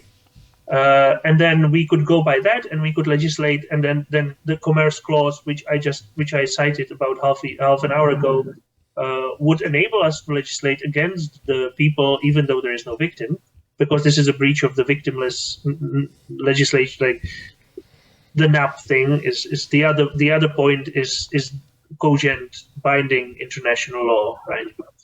So that way, otherwise, I don't think so. The government has to protect the environment when it owns it, so it will make a city planning to which you have to submit. And the city, it will protect it in the city planning. Actually, it will make sure that you don't do anything crazy in a high valuable areas, and you have to obey it. And we will have police to take care of it, albeit a friendly one and rudimentary one, which is called Community Watch.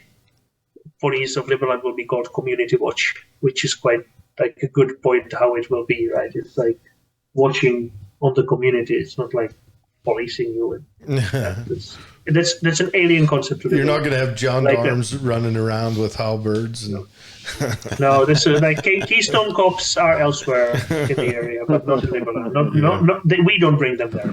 I'll tell you a good business prospect right now from what you're laying out, and being a person who has studied anarcho-capitalism, become a citizen of Liberland and start a comprehensive insurance company. Be the first on the ground with that, because You're welcome. That is going to be a very robust market there. Because that's going to be your main means of a voluntary, of course, insurance market, not like the insurance market we carry everywhere else, but it's going to be one that if you're going to go into contracts, you might be called in to be a holder of wealth against other people's contracts. So you go in, I'm going to do A and he's going to do B, and we're both going to put X amount into the pot to ensure that we both do this. And if you're an insurance company that says, okay, I will hold on to it. My contract with you is that I'm able to invest 10% of it for my personal wealth. I'm going to do that. And, it's just, or for a fee, whatever, that'd be a heck of a market to get into under that system. And you don't even have to live there. Hey, Michael, have you ever read the Frenchman Frédéric Bastier's book called The Law? I know about it. I haven't read it, but it is like Frédéric Bastier. You should ask him about him. I mean, our president, because he's one of his main inspirations for doing what he's doing. Okay. Mm-hmm. Yep. So that he's the expert in Liberland about that. Cool. I like it. We're speaking with the founding father. They're going to have a picture of you guys. Like our founding fathers, there's a picture of, all the paintings of them yelling in Philadelphia. Yours is going to be a picture of all these guys sitting at a computer with headphones on in sepia tone. But I like it. No, this is, I think it's an amazing thing. I think it's dynamic. And I know you're getting pressure and questions, but that's because, we want to make the show entertaining. I mean, no problem. But I think it's interesting and dynamic. And I think you guys, I want to see Liberland grow and succeed. And I think voluntary governance would be, I think it would be an amazing shock to the whole world to see that grow and happen and succeed, and where the currency is voluntary and not controlled to control you, and everything like that, where it's just the sky could be the limit with that, where you could have, we hope so. Yeah, you could have evolution of human beings through a system like that. But can you do me a favor? Just make sure you build a Department of Education, because it's a really good idea to. Just kidding.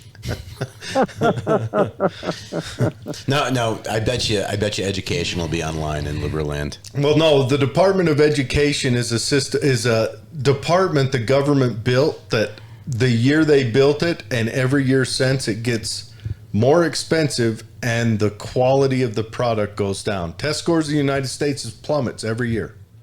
And that's just, And it's one of those divisions of the government that they had no authority to create. No, they didn't. Yep. Well, do you have anything else, Dave?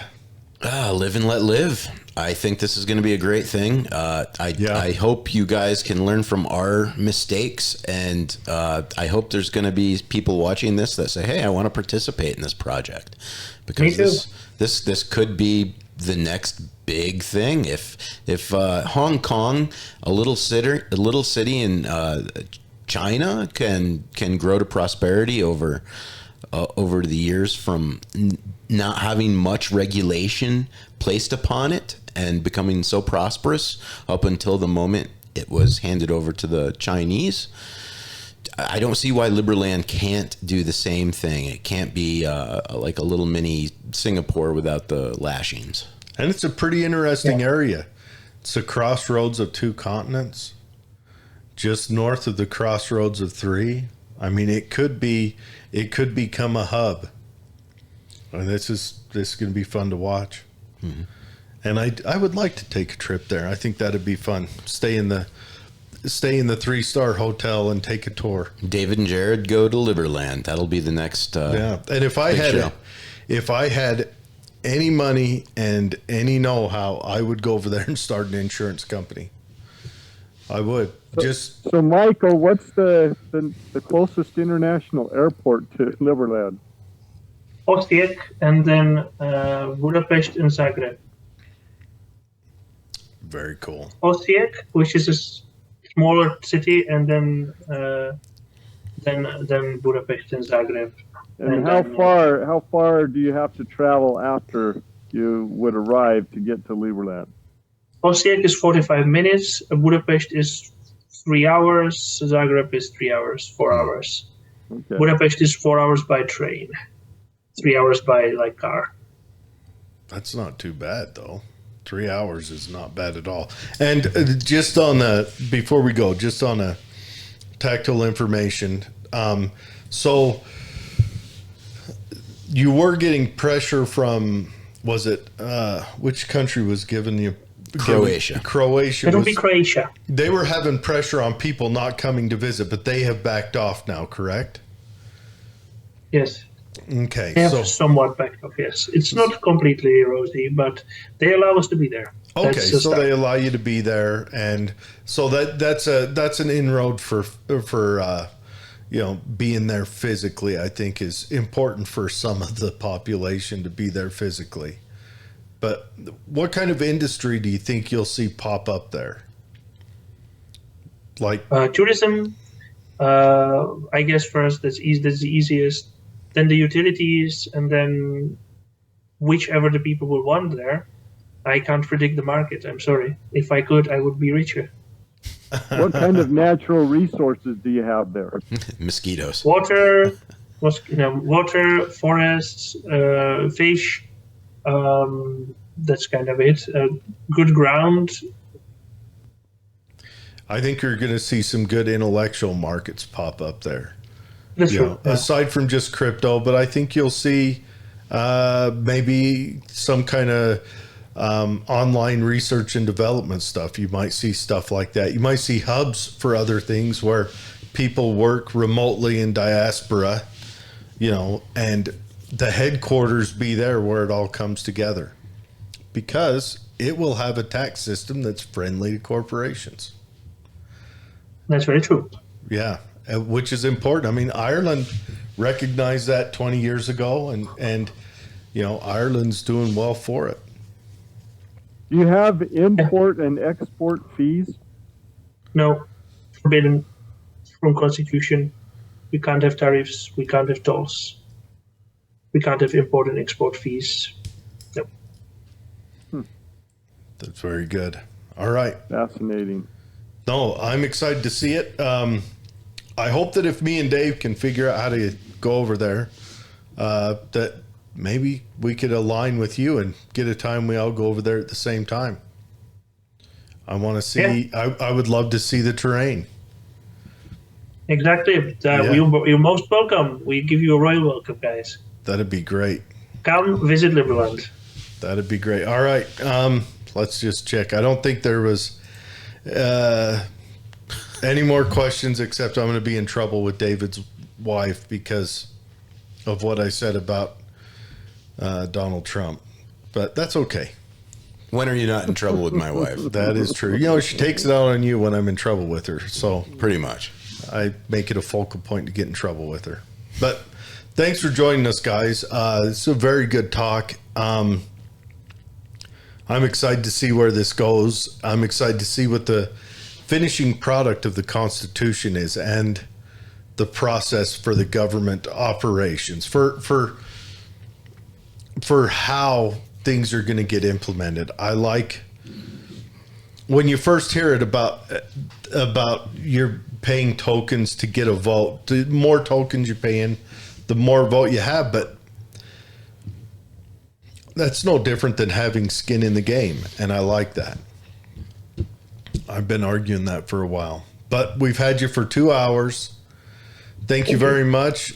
Quinn, we need to have you back on so we can do a rant about our government's abuses of our Constitution soon. I can rant. I can rant on our education system too. Yeah, that's. But I mean, that is a well-run machine. That, what was it they bought last year? Like 44,000 rounds of ammo. Your Department of Education has multiple SWAT teams, folks. So just sit and dwell on that. You never see them respond. I wonder what they do. That's a big question. Almost like it's just a place to hide money and ammo and weapons. But anyways, you guys have a wonderful day. Michael, thank you again so much for coming on. I'd love to have you back on, whenever you're ready to talk about finished product. Next time, maybe not to have the question and answer thing, just to lay out where you're at. Where's it heading?